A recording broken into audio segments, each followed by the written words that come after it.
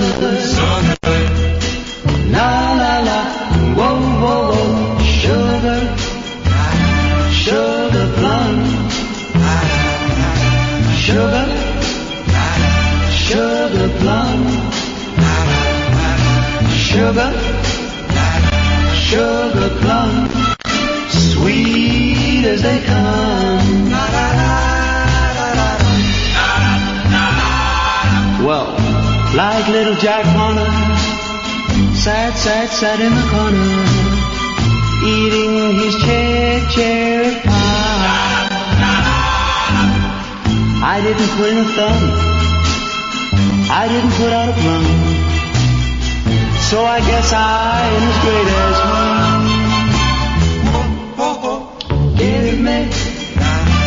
Give me some, give me some. Give me some cherry pie. La la la, whoa whoa whoa, la la la. There we go. Look at that. That kid's is proper music. That is proper music. Well, we did sing about funny things then, didn't we? Pillows to cry on, kicking up leaves. Yeah. Pillows to cry on, kicking up leaves, blue suede shoes. I sang once about a pullover, so I'm singing there about cherry pies. Everything. Jess Conrad is here, ladies and Good gentlemen, evening. of course. I'm just going to move your microphone around ever so slightly. There we go. You get nice and close to that, sir. Yeah. Jess Conrad is here. Pop star. Movie star, actor, celebrity, and I'm going to say it, the second most handsome man in the studio this evening, Jess. Well, I go along with that, but it's only because you're fully made up. I put a little bit of effort. I've got to say, an amazing shirt that you're wearing. Yes, well, tonight. It's always important to wear a good shirt when you're on radio. You know, Frankie Vaughan gave me the greatest advice ever. Yeah, go on. He said, when you leave the front door, Jesse, you're on parade. Yeah. And, you know, I've always gone like that, you know, when I'm out, people see you, and you've got to look good. For those listening in black and white, Mr. Jess Conrad is wearing a beautiful black shirt with, gold, it looks like barbed wire on the front. Yes, well, that was a famous film or something, wasn't it? So I'm heavily barbed wired up. Sending out a very tough image. But it could be anything, but it looks really lovely. And I've got jet black trousers on. Yeah, nice shoes. Black underpants, oh, you know, the jockey things. And, everything's in its right place. And, black socks and blacks, and suede, not suede, no, patent shoes. And they're beautiful. And the medallion that we've got around the neck? Yes, this was, for, being past King Rat of the Grand Order of Water Rats. I like it.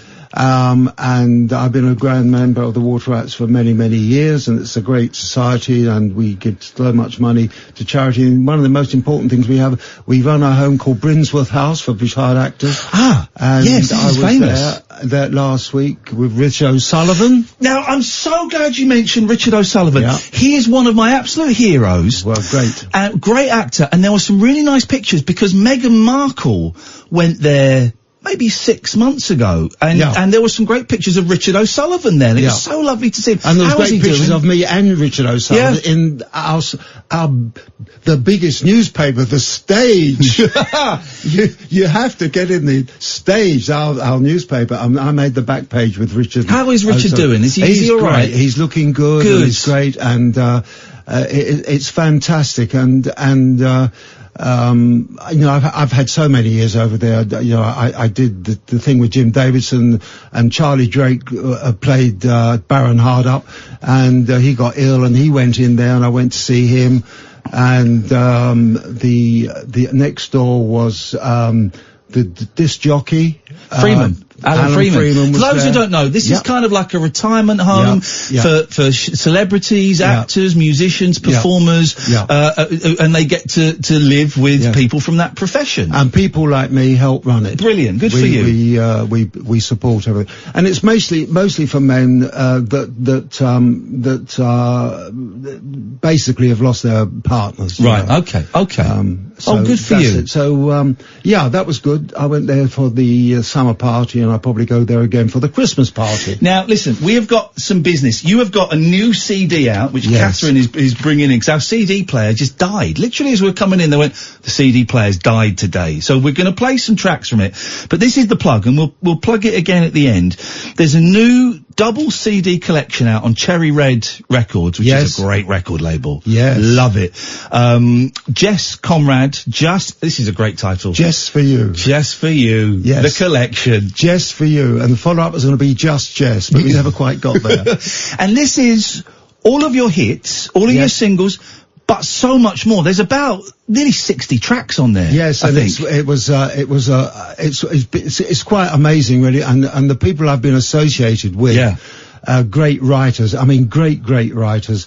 And, the labels, you know, there was Decca Records. Tell me about how you get the bus up to Decca. Oh, I got the bus. I lived in Brixton. I got the bus up to Decca, which was just the other side of, just as you go over the bridge to the palace, to the Houses of Parliament, just before they're down on the embankment. And I got a bus from Brixton, and my mum gave me a tin box, funny old box with a apple and a banana in it, and a sandwich, and they put me in a booth in the studio. Never sung before in my life, and in those days, I had a 21-piece orchestra, and I'm standing in the booth peering out. It looked like the TARDIS, you know, from that television show, and I'm looking at all these you know, hundreds of musicians. There's 21 of them. How old would you have been then? 20-something. So daunting. Look, 12. Yeah. Well, maybe 16. I've always looked younger than I am. Thank goodness. He's looking otherwise, very good, I would have been in a wheelchair now. Yeah. So I'm standing there, and the bass player makes a wrong note. Yeah. And they had to go right back from the beginning. You know, 4 o'clock in the afternoon, they still hadn't got to the vocal, because everything had to be done there and live. Then. Live. Yeah. That's it. Live. And then you go on to other studios like Abbey Road, where I went before the zebra crossing was there. In fact, I parked my car there. Come and join us, Kath. This is lovely. All the different labels I've been with. And of course, I finished up with Joe Meek. And of course, you know, latterly, if you like, you know, you never see musicians. It's all on track before. You just go in and put your voice on. Put your vocal over the top. And it's so much easier now. So I want to talk about Joe Meek in a bit. I want to talk about the Sex Pistols, and I want to talk about Heinz as well. Heinz and his nose. But before that... They do love the nose. They love the bugle, don't they, these people? You know. But how did you... I bit a nose off. It doesn't make you a bad person. All right, we're going to talk about Heinz. So Heinz... I know exactly what you're going to talk about, because it's been well documented in the film in which I played Larry Parnes. The Joe Meek story. The Joe Meek story, and it's well documented there, although they made it a comedy fight. Right. And it wasn't. But it was a real fight, wasn't it? Well, it's a real fight. I mean... I often think about this now because, having an OBE and then thinking about my past, but that's life, isn't it? You do become a proper person after a long period of time when you're not so proper. And I think it started with war babies, the boys like me who went through the war and never knew whether they were going to be wake up the next day because of the air raids were on, searchlights. You never went to school because you didn't have to. They thought you were killed in an air raid.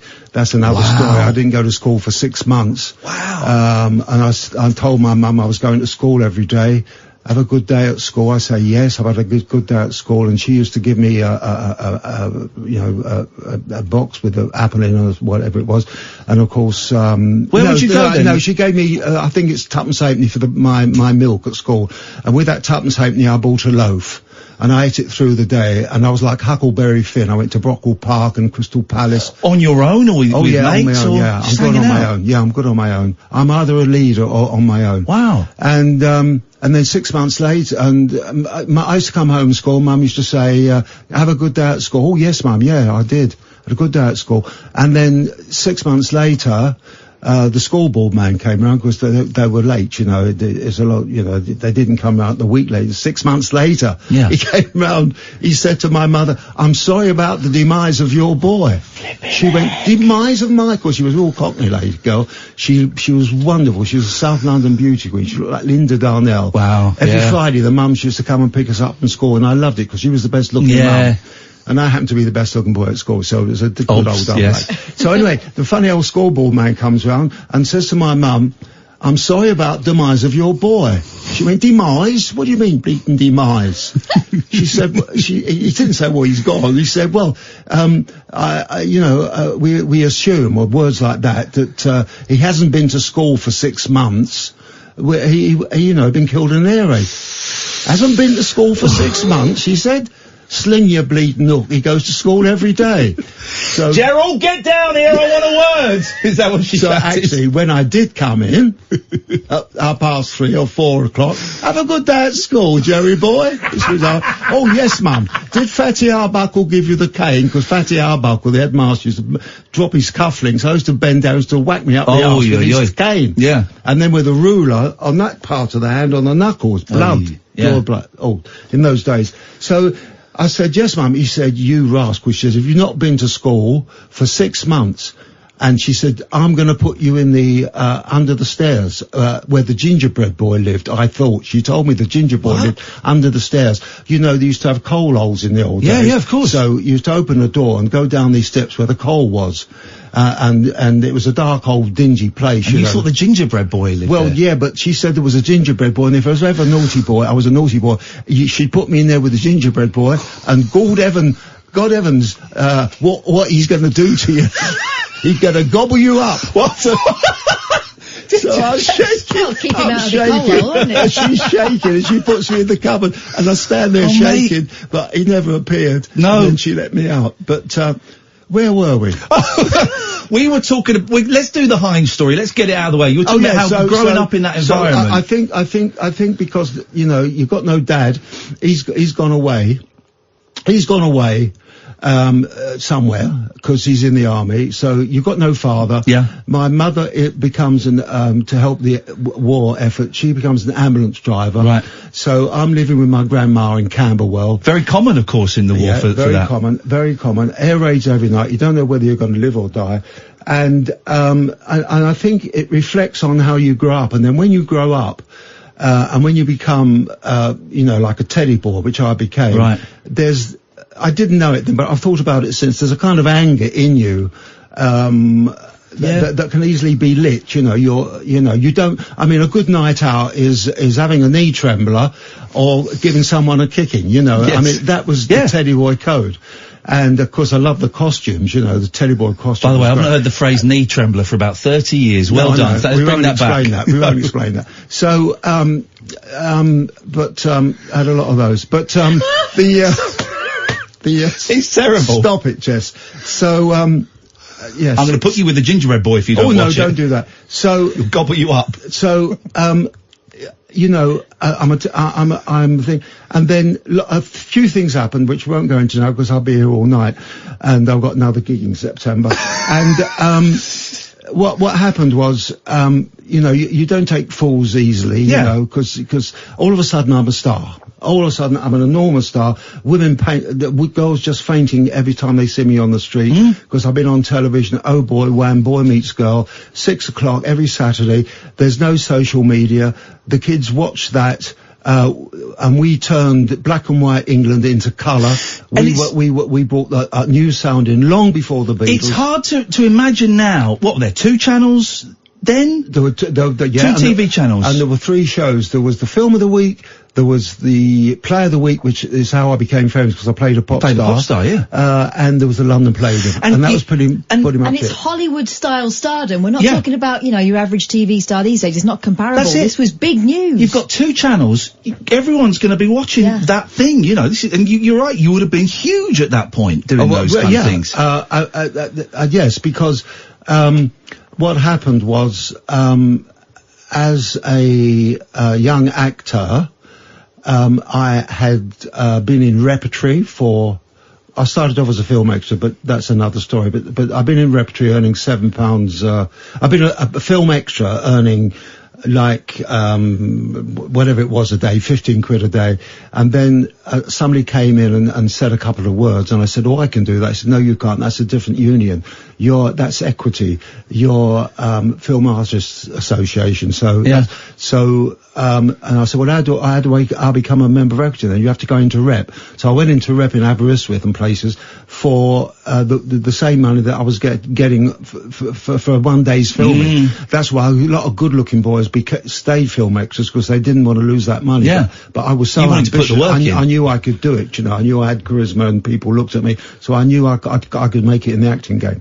So unfortunately, we've got to go back to Heinz now. Do Heinz and get him out of the way, then he's done. We digressed a bit there. So I love it. I love your digressions. I've got all these, and I've become a star because I played a pop star on television, and I went to see Jack Good, who was much more important than Simon Cowell in those days.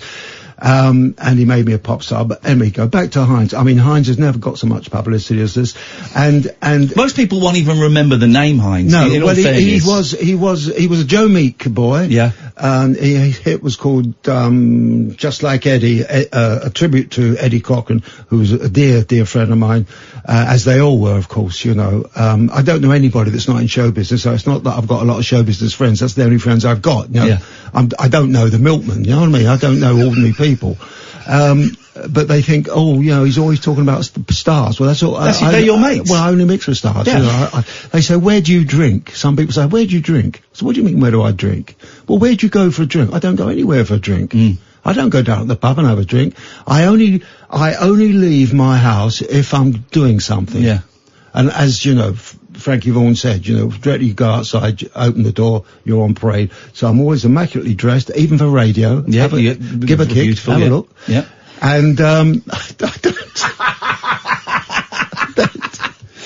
Am I still talking? Tell me about buying bloody Heinz's nose off, and then we can move on from it, Jess. Okay. Did he buy someone's nose off? Apparently so. So anyway, we're in the we're doing the show, and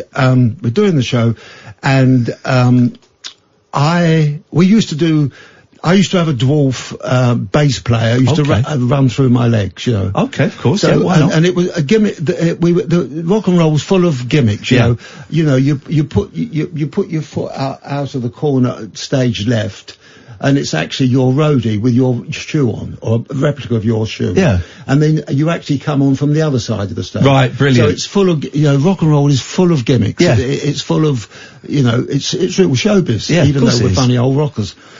And so we're doing this show, and I jumped up on the amp. I didn't usually do it, but I did it. And as dwarfs run through your legs, you jump up on amps. Guitar players go on their knees. Like this. Yeah. And you say, "Go on, you dog, play that thing, take me down the road a piece, and it's all that, and of course the people love it, Yeah, of course they do. Showbiz. And as I'm a proper rocker, I can do that and get away with it.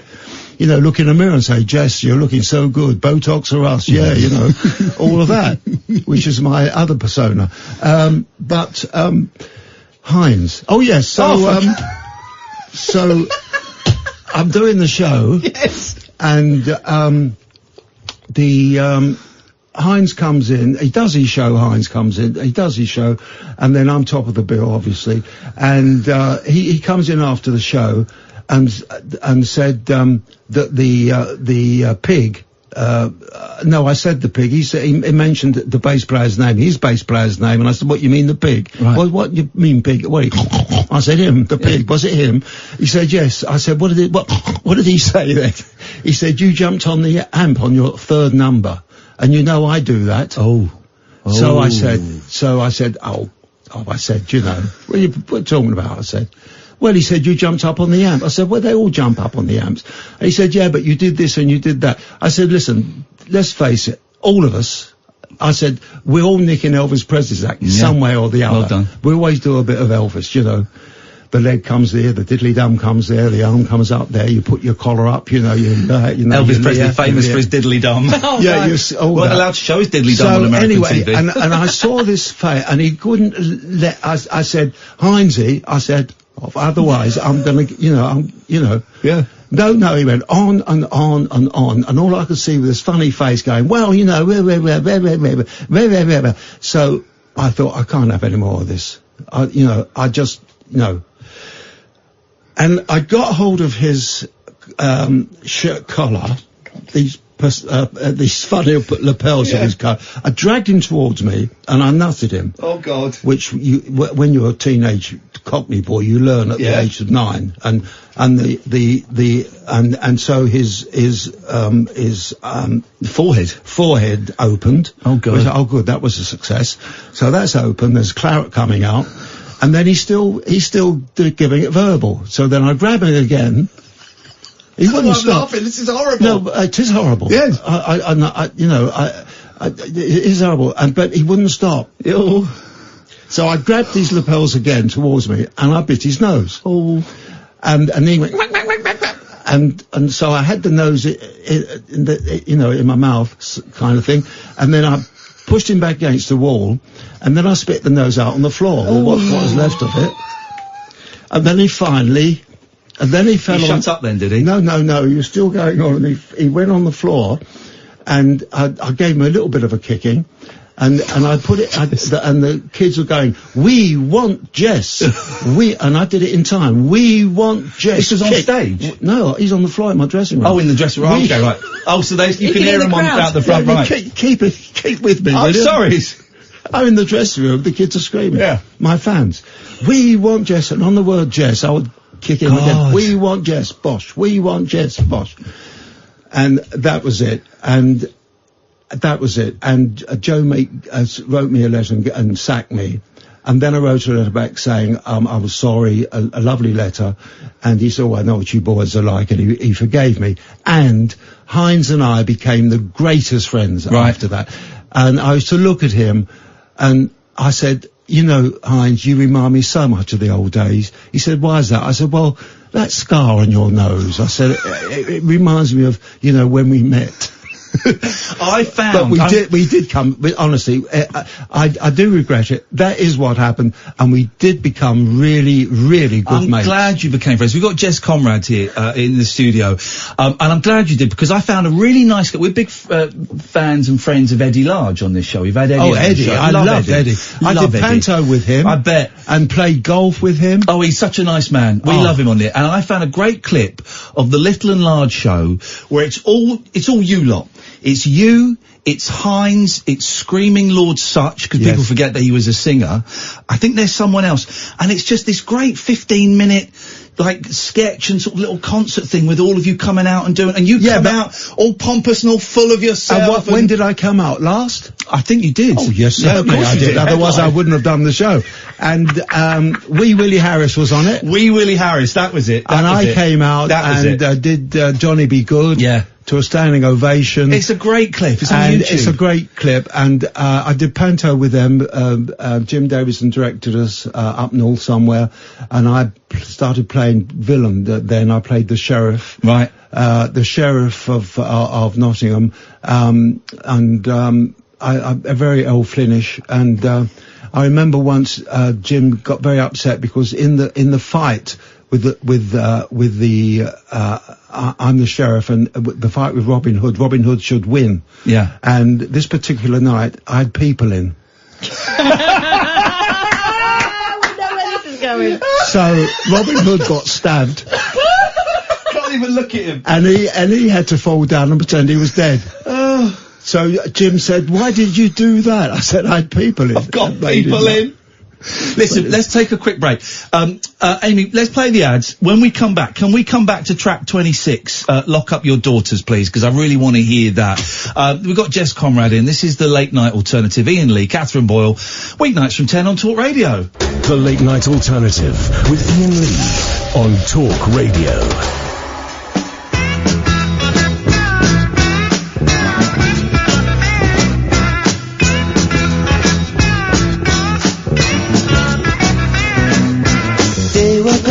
It's time for fun.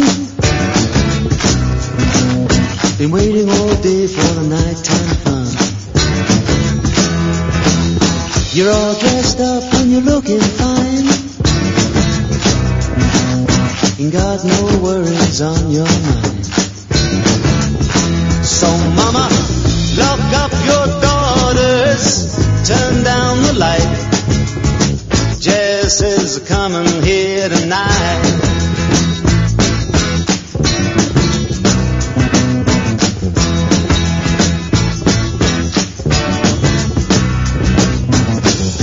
People everywhere I've been, the rock and roll show's been the best they've seen. So little lady, let me hold your hand. Jess is gonna be your rock and roll man. So mama, lock up your daughters, turn down the light. Jess is a-coming here tonight.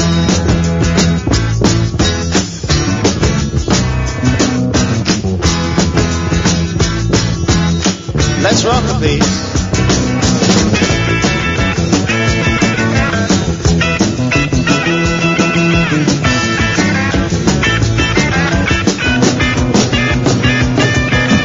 Bebop, boogie, night and day. Rock and roll is here to stay. Come on everybody and clap your hands. Get up and join Jess's Good Time Band. So mama, lock up your daughters, turn down the light. Jess is a-coming here tonight. Lock up your daughters, put down the lights. Jess is gonna love you tonight.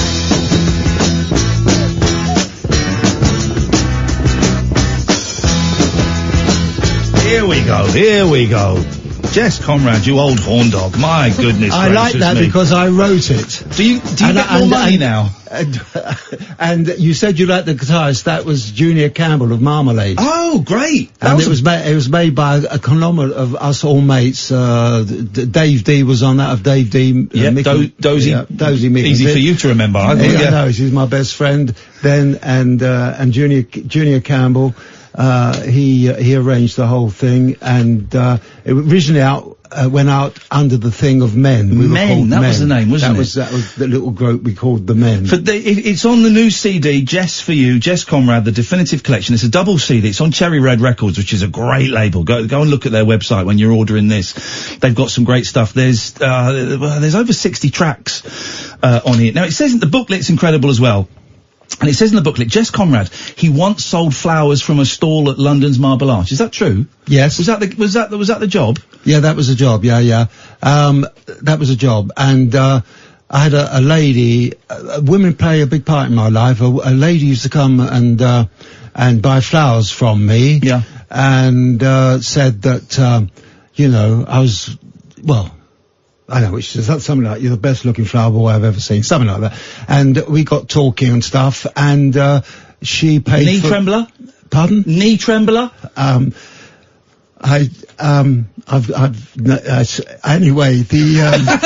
how can Jess Conrad be speakless? Well, suffice to say, she paid for me to go to drama school, Wow. so make up your own. And, so that was it. Can I ask, what did Mum think of you wanting to be an actor? Did she see that as a proper career, or did she think that was just nonsense? Yes. Did she? And when I was, you know, I almost lived at the London Palladium. Right. I was doing shows at the London Palladium, and she used to throw up flowers. Did she really? And I said, Mum, and I didn't know how to tell her off, but I did say, Mum, it's a bit feminine for flowers. Yeah. Could you butch it up a bit? Butch? What do you mean? I said, well, you know, don't throw up a sausage roll, but there must be something else. So she said, so that was it. I upset her. Yeah, really. Flowers. So anyway, now I'm doing the Night of 100 Stars with Gene Kelly. And Gene Kelly comes out and stays centre stage. We weren't positioned, so obviously I got next to him. Yeah. Oh. So I'm next to, and we're doing the curtain call. Mum, who was standing at the back for 5 shillings, hurtled down the London Palladium Centre aisle with a box of chocolates that she got somehow from the display window of the local sweet shop. Yeah. And it was almost as big as, well, it was like a huge I bet. box with these big, terrible corners, you know, really hard cardboard.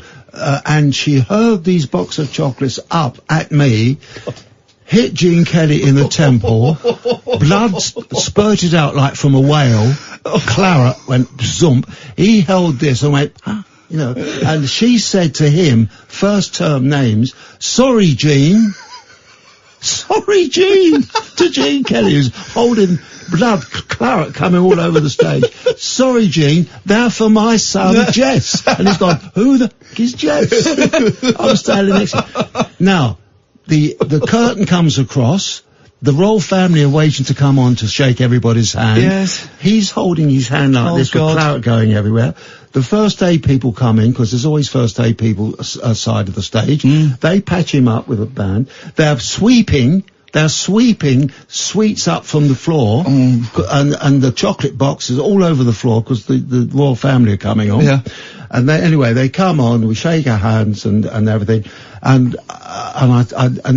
I gave her a sort of telling off, so she went back to throwing flowers. Oh, bless your poor mum. But she was proud of you, though. She loved it. Oh, she was a wonderful person. Stood next to someone like Gene South Kelly. London beauty queen. Yeah. Looked like Linda Darnell, the star of that era.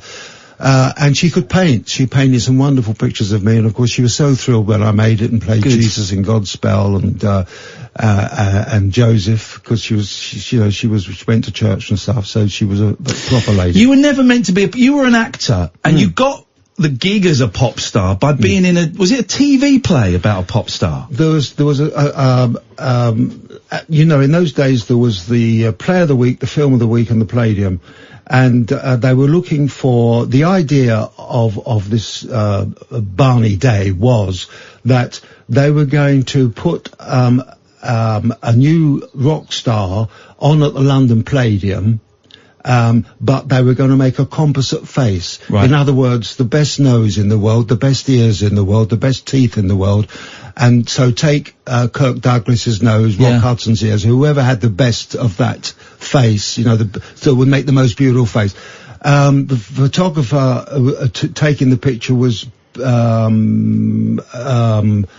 I was his young brother, right? And he didn't want the fuss of taking all these bits and pieces of famous people. He just took a picture of his young brother, which was me. And I finished up. Paul Carpenter played him. Okay. He was quite a big fit star then. And so I finished up going on the Palladium and singing one number. And and they even dubbed my voice. There was a singer then called Gary Mills, had a hit called Look for a Star. Right. So they used his voice, 4 weeks after that I was the biggest rock star in England. Isn't that incredible? So it's amazing. So I went to see Jack Good, because that weekend, the show was on the Friday, that weekend the papers were full of it. Who is Barney Day? You know, and the kids went, because there was no social media then, you know, and they'd seen something that they liked. And the press went mad. Who is Barney Day? They hooked onto this thing, you know, and it was actor called Jess Conrad, you know, Bubba, which is another story how I got the name. So I went to see Jack Good, and I hunted him down, and he was in a church hall in Chiswick. And Jack Good was a huge producer. Bigger than Simon Cowell. Yeah. Bigger than Simon Cowell. Was it 6'5" Special? Yeah, was that one of his? Very, very plummy voice. Yeah. You couldn't get anywhere near him. Right. He was more difficult to get hold of than Simon Cowell. Yeah. He was top man. Very educated, Toff's accent, but lived and breathed rock and roll. Yeah. He gave everybody their image. He said, anyway, when I went to see him, I went in this room, in the hall, and there was, you know, Eddie Cochran, Gene Vincent, all these big rock and roll stars, and I walked in, and he looked up, because, you know, when I walk in anywhere, they do stop, you know. It's one of the funny things I've got, I suppose. Well, they're worried you're going to bite their noses off. That's the thing.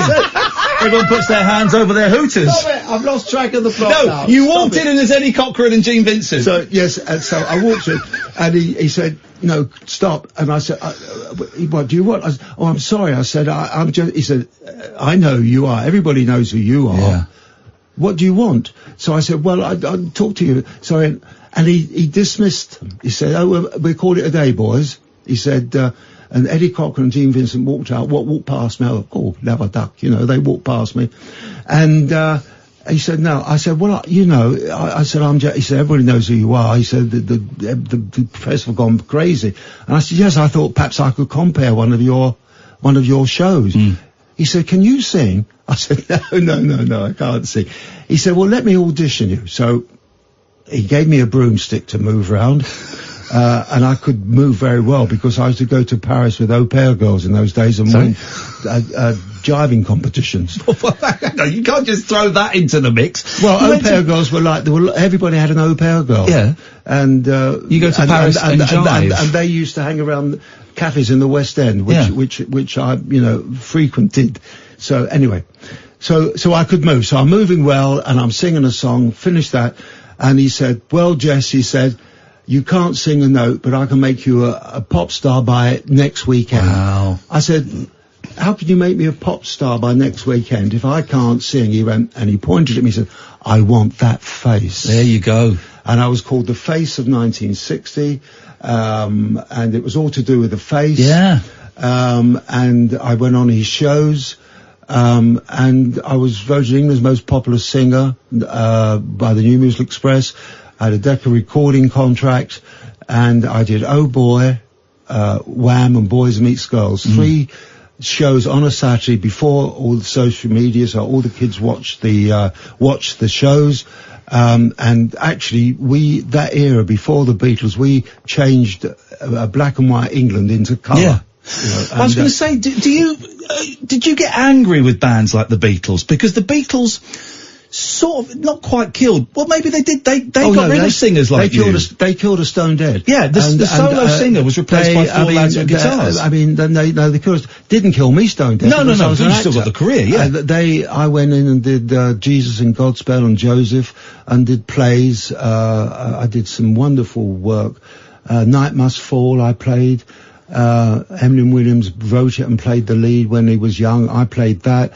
I did a show called The Knack, which there was a film of. I toured that for a long time. So I went into theatre, which I really quite liked. I really liked it. My thing on the Beatles were they were great, but they were so in contrast to us. They were scruffy. It was a different look altogether. Yeah. You know, to come on at the London Palladium, for the Variety Club show of the year, the Royal Command performance with John Lennon with a Durex on his shoe. You know, did he? Yeah. Wow. Walked on with a Durex. Was that the Rattle Your Jewellery Yeah, that was the whole thing. And of course, in those days, you couldn't be married. My agent said, if you get married, you know, it's finished, the contract goes and everything. I'm only mentioning that because with a stroke of a pen, because John Lennon was married, with a stroke of a pen, it was okay to be married. Yeah. Just like that. And we went through, I mean, you know, I got married secretly in Holland, and I did live in Saint-Tropez for a long time, away from the spotlight. And where was I? Stay there. We're going to take a break. He's taking some breath, which means I can butt in. When we come back, quick break. When we come back, I want to hear about Adam West. Oh, yes. And you playing Adam West. I'm enjoying this so much. We've got Jess Conrad here. I'm Iain Lee. We've got Catherine Boyle. This is Talk Radio. The Late Night Alternative with Iain Lee. Unfiltered Night Talk with the original king of unconventional conversation on Talk Radio. This is the Late Night Alternative. Hello, Catherine Boyle. Hello, I'm looking at pictures of Jess Conrad. We don't need to, he's there. I know, but it's such a nice pastime. No, I've got this, the Jess for You double CD. Yes. Cherry Red Records.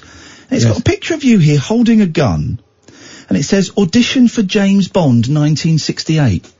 Yes. Did you audition? George Lazenby got it. What a mistake that was. What a terrible mistake. Did you audition? Wow, go on. I auditioned for it, and, well, it's a very long story. It looks good to me. I was with one of my actor friends, I can't think of his name. That's okay. Now, one of my actor friends, and I said, you know, stars have got blue eyes. He said, what do you mean? I said, well, you know, you look at Paul Newman, they got wonderful blue eyes. And I said, I think we should get blue eyes and then we'll be stars. He said, well, you're doing well. He said, you know, you're on television all the time, you're making films. And he said, and he was doing a series with someone, a very famous series, with the man with the bowler hat, went to America. Not The Prisoner, no. No, man with the bowler hat and the lovely blonde girl. The Avengers. The Avengers. The Avengers. Who was that in the Avengers? That was, Who plays Steed? It was, what's his name? Kinky Boots. The Kinky Boots guy. Hang on. She was Kinky Boots' girl. She was Honor Blackman, and he was... he was, anyway. Patrick McNee. No. The other one. Young. The handsome coffee actor. guy. Gareth Hunt. Yeah, Gareth. There we go. So New Avengers. We're had a few drinks after a game of golf. It's like a meeting at the old people's home, the three of us. I did tell you before the show, if I go blank, you know. So Gareth Hunt, and he said, no, you're doing it. I said, no. He said, well, look, okay. He said, you look into it. So I looked into it, and in those days, you get contact lenses, but they weren't prescribed in any way. In other words, you couldn't see through them. Right. I put them on and I looked like the man from Atlantis, but I couldn't see anything. Right, okay. So I said, I've got these eyes, and I don't know what they were, but they were quite expensive then, like they were £100 each or £50 each. So I said, look, so he gave me half the money, and I said, look, you keep the left eye and I'll keep the right mince. And I said, every time we get an audition, you bring the left eye over. So that's what we did every time he had an audition. So I had an audition for James Bond, and I said, he said, what are you auditioning for? And I didn't want to tell him it was James Bond, otherwise he'd get onto it, you know. I said, it's some funny old commercial, you know, so he brought the left mince over. So I drove into London, to meet Chubby Broccoli, and of course I didn't have my eyes in because I couldn't drive because you can't see through them.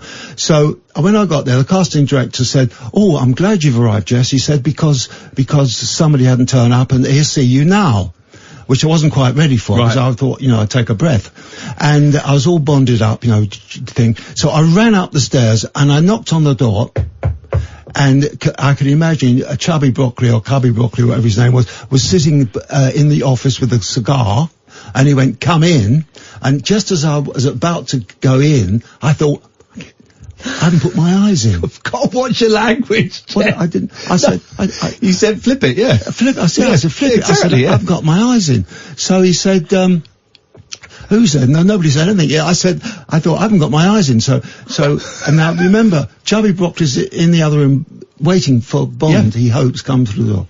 So, I try and put my left eye in, and it falls on the carpet. Oh, God. So I pick it up and I put it in, but it's got a bit of carpet in it, you know, so now I'm can't see in that eye. So then I put the other eye in, and now I can't see through any eye. So I walk in, a la James Bond, because I know how he walked, and I flicked my cuffs, and I swung open the door.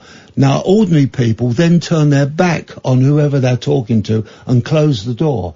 But actors don't do that.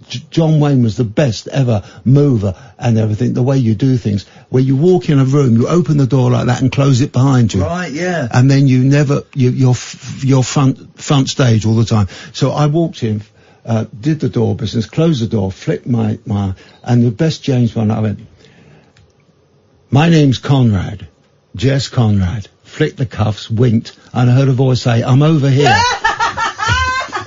I didn't know where he was. I couldn't see him. So you didn't get it? Then no, I didn't get it. And I said, when I left the room, I walked into the broom cupboard. So he phoned down to the casting director. He said, your star's up. He said, "He's in the broom cupboard. You better come and get him." I love you so much. You're coming back again, Jess. You recently played Adam West. Yes. In a movie. And when because I bumped into you a couple of weeks ago when you were in for Dan Wootton's show, and I brought my boys in, and I walked in, and suddenly Jess Conrad's there, and I got a bit flustered. And you were telling me then about playing Adam West, and it makes perfect sense, because you look so much like him. Yeah. But what was the film? Well, it was Adam West. Adam West died of leukemia at 81. He was diagnosed with leukemia. Within 4 weeks, he was dead. So they were looking for somebody to play Adam West, Batman. Adam West is the actor that played him from the age of 60. So nowadays, you have to do everything yourself. You don't go into audition. You have to do it all over the, the internet and stuff. So the thing was, I had to watch his biography. Yeah. And he was a bit childlike, mid-America. In fact, when they first started doing the Batman series, the producers were very worried because it was very childish. Yeah. They said, "What are these two doing? This is ridiculous." But then it clicked, and it really was funny. It was a big hit. But that was his sense of humour. You know, he had a very boyish sense of humour. Anyway, so I had to. They sent me a picture of him when he was 60. So I actually had to age up because I did look better than him, which wasn't a surprise in my life. So I greyed up and put glasses on, put my hair forward, grey, and I got the part immediately. Yeah. And I went down there, and I was very thrilled to get it because I played Jesus in Godspell. I played Joseph in Joseph and the Amazing Technicolor Dreamcoat, and I've played Batman. I mean, Trump must be next, mustn't he? He must be next. The President of the United States, the President of the United States must have my eyes, he must have my good looks, and what's more important than anything, my sex appeal. And the next President of the United States will be Jess Conrad. So I've got to play him next. Yes, I can see it. So I went down, and I was really thrilled to make it because it's a famous person, and I did look. And when I walked in, the director was so thrilled, and the wardrobe master gave me the costumes, and they were fine. And then he gave me these Chelsea boots, which, Chelsea boots. I've got a pair of Chelsea boots. I love them, yeah. You still got them? Oh, I've still got them. They must pen a bit. And they're with the elastic sides. Yeah. So, but I've got size 11. I'm size 11. And he gave me size 10. Yeah. And I've got size 11. We all know what that means, Jess. We all know what that means. Anyway. So I've got size. So I've tried to put these. I get the best out of everything if I can. What does that mean? No, so I've tried to put these boots on, and I put them on, and they were agony. And I said to the wardrobe master, I said, "These are agony. I can't walk about in these." He said, "Don't worry, Jess." He said, "Every time you do a scene, I'll come and take your boots off." And I said, "Okay, if that's where we are, if you can't get in," because he insisted I wear these Chelsea boots. So we did that. That's what we did. I took boots off, rested. He came. We come to the last day, and I do the scene, I'll get ready to do the scene, but we can't find the wardrobe master. He's gone AWOL. Now, in the old days, as you probably know, you could have asked the tea lady or the third assistant to take your boots off, but you can't do it because of the unions. Nobody will touch your boots. No one. So I'm there and I'm saying to the director, they're looking for him. Where's the wardrobe master? He's not there. He's not there. So the director said, look, you want to get finished today. He said, why don't you'll have to get in bed with your boots on. I thought to myself, get in bed with my boots on to do the death scene of Adam West, one of the biggest stars in the world. In bed with Chelsea. So I got in bed, Chelsea, bollock naked. I got in bed doing the death scene, bollock naked with Chelsea boots on and Y-fronts. And I've got my wife on the end of the bed. By this time she's crying because she's a method actress and she's got into the bar. Got my two young kids there. And the director said, this is the last scene. He said, it's been great working with you, Jess. He said, this is the last scene. It's a very important scene. And I was in such agony. These boots were so tight. Tears were running down my face before we even started the scene. Yeah. He did the scene, finished the scene, loved it, wrap it, that's great. Jess, he said, always call me Mr. Conrad. He wouldn't call me Jess. Mr. Conrad says, it's been great working with you. He said, and we must work again together. He said, and I have to say, he said, that last scene, that was some acting, Mr. Conrad. He said, even I felt the pain. I thought to myself, even you thought in pain. I said, I was dying. Tears were running down my cheeks. I was in such pain. So that was that. Oh, Jess, it's so nice to have you in. The hour's gone. Gone? It's done. Where's it gone to? Well, I don't know. It's disappeared. There's so much. We didn't even get to talk. I didn't even sing a medley of you only played 2 tracks.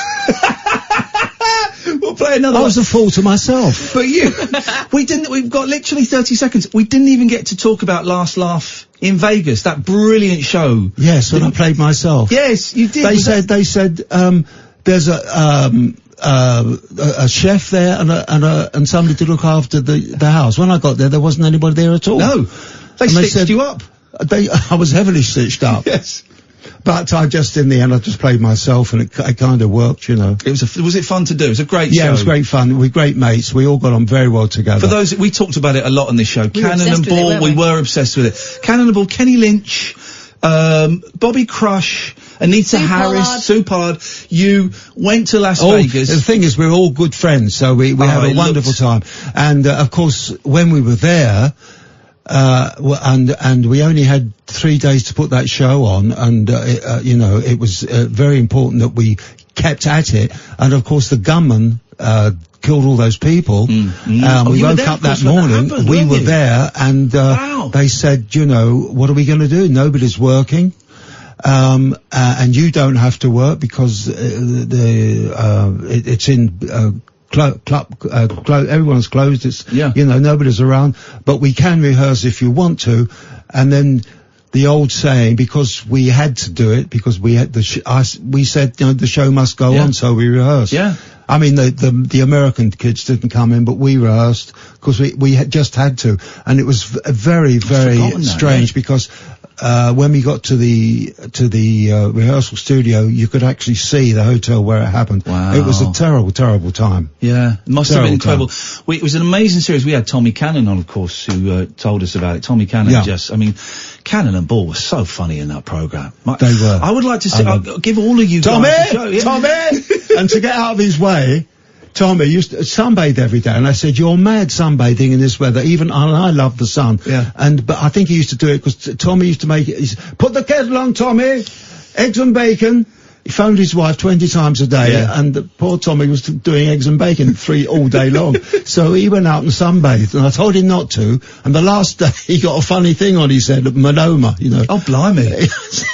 Done it now. You've got a bit of skin cancer, but you've got a bit of skin cancer. I told you not to do it. Listen, we're out of time. There's a great double CD. Okay, it's gone now. But please be quiet now, Mr. Conrad. Please, sir. OBE. There's a great double. Big head. There's a great double CD just for you. Old Time Buckley's Entertainer. I'm ignoring him now. Jess Conrad. It's on Cherry Red Records. I thoroughly recommend it. It's a beautiful little package. So nice to see you, Jess. For collectors only. Please come in again, man. That's everybody. Because it makes it. We get paid the same, and we do hardly any talking. You must be thrilled to have a real star on your show, and I'm so thrilled for you. I am. He's coming in after you go. Now, I'm teasing. I'm teasing. Right, we'll be back. Kenny Lynch. We'll be back without Jess. Bobby Bob. After this is Talk Radio. The Late Night Alternative with Iain Lee On Talk Radio. We have ways of making you talk.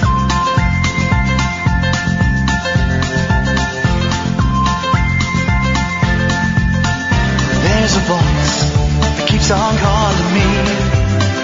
Down the road is where I'll always be. Every stop I make a new friend. Can't stay for long, just turn around and I'm gone again. Maybe tomorrow I'll wanna settle down. Until tomorrow I'll just keep moving on.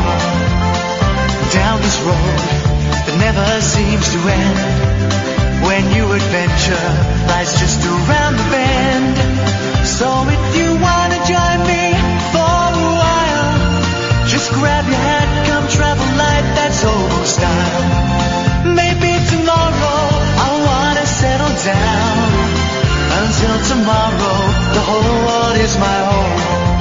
So if you wanna join me for a while, just grab your hat, come travel light, that's old style.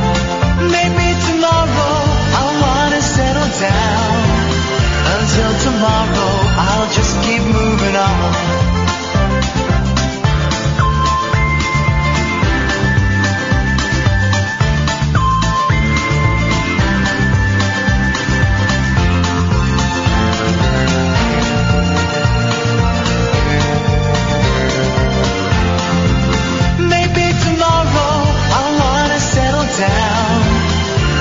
Tomorrow I'll just keep moving on.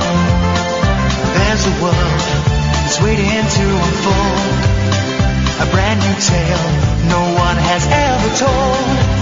We've journeyed far, but you know it won't be long. We're almost there and we paid our fare with a hobo song. Maybe tomorrow I'll wanna settle down. Here we go. I'll just keep moving on. So if you wanna join me for a while, 0344 499 1000, dear listener. Like that's old style. Maybe tomorrow I'll find what I call home. Until tomorrow, you know I'm free to roam. I love guests like Jess Conrad because I haven't got to do a thing.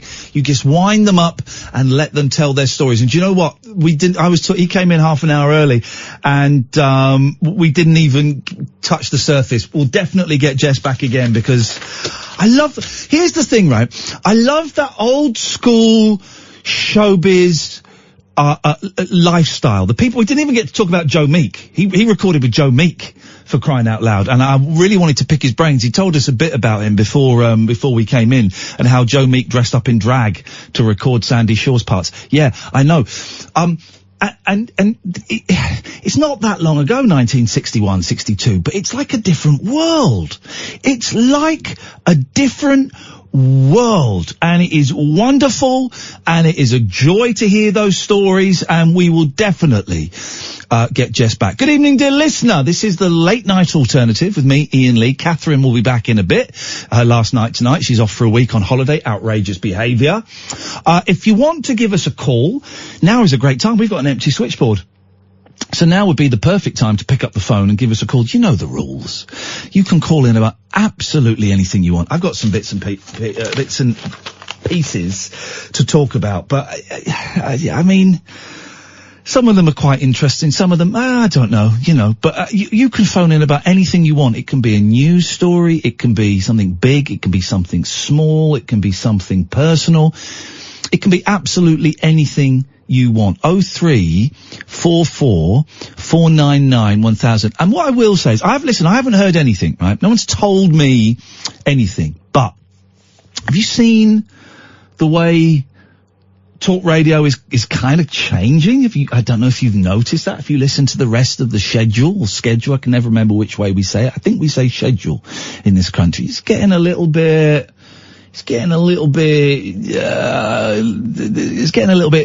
Tommy Robinson rebel rousing. It's getting a bit significantly right wing. And listen, no one has told me anything. My listening figures are great. They're the greatest they've been for a long, long time. But Catherine and I have talked about this kind of, and we do think that we stick out like a right old liberal sore thumb. Do you know what I mean? And we're not particularly left or liberal or anything like that, but we kind of stick out. You know, when you've got Julia Hartley-Brewer and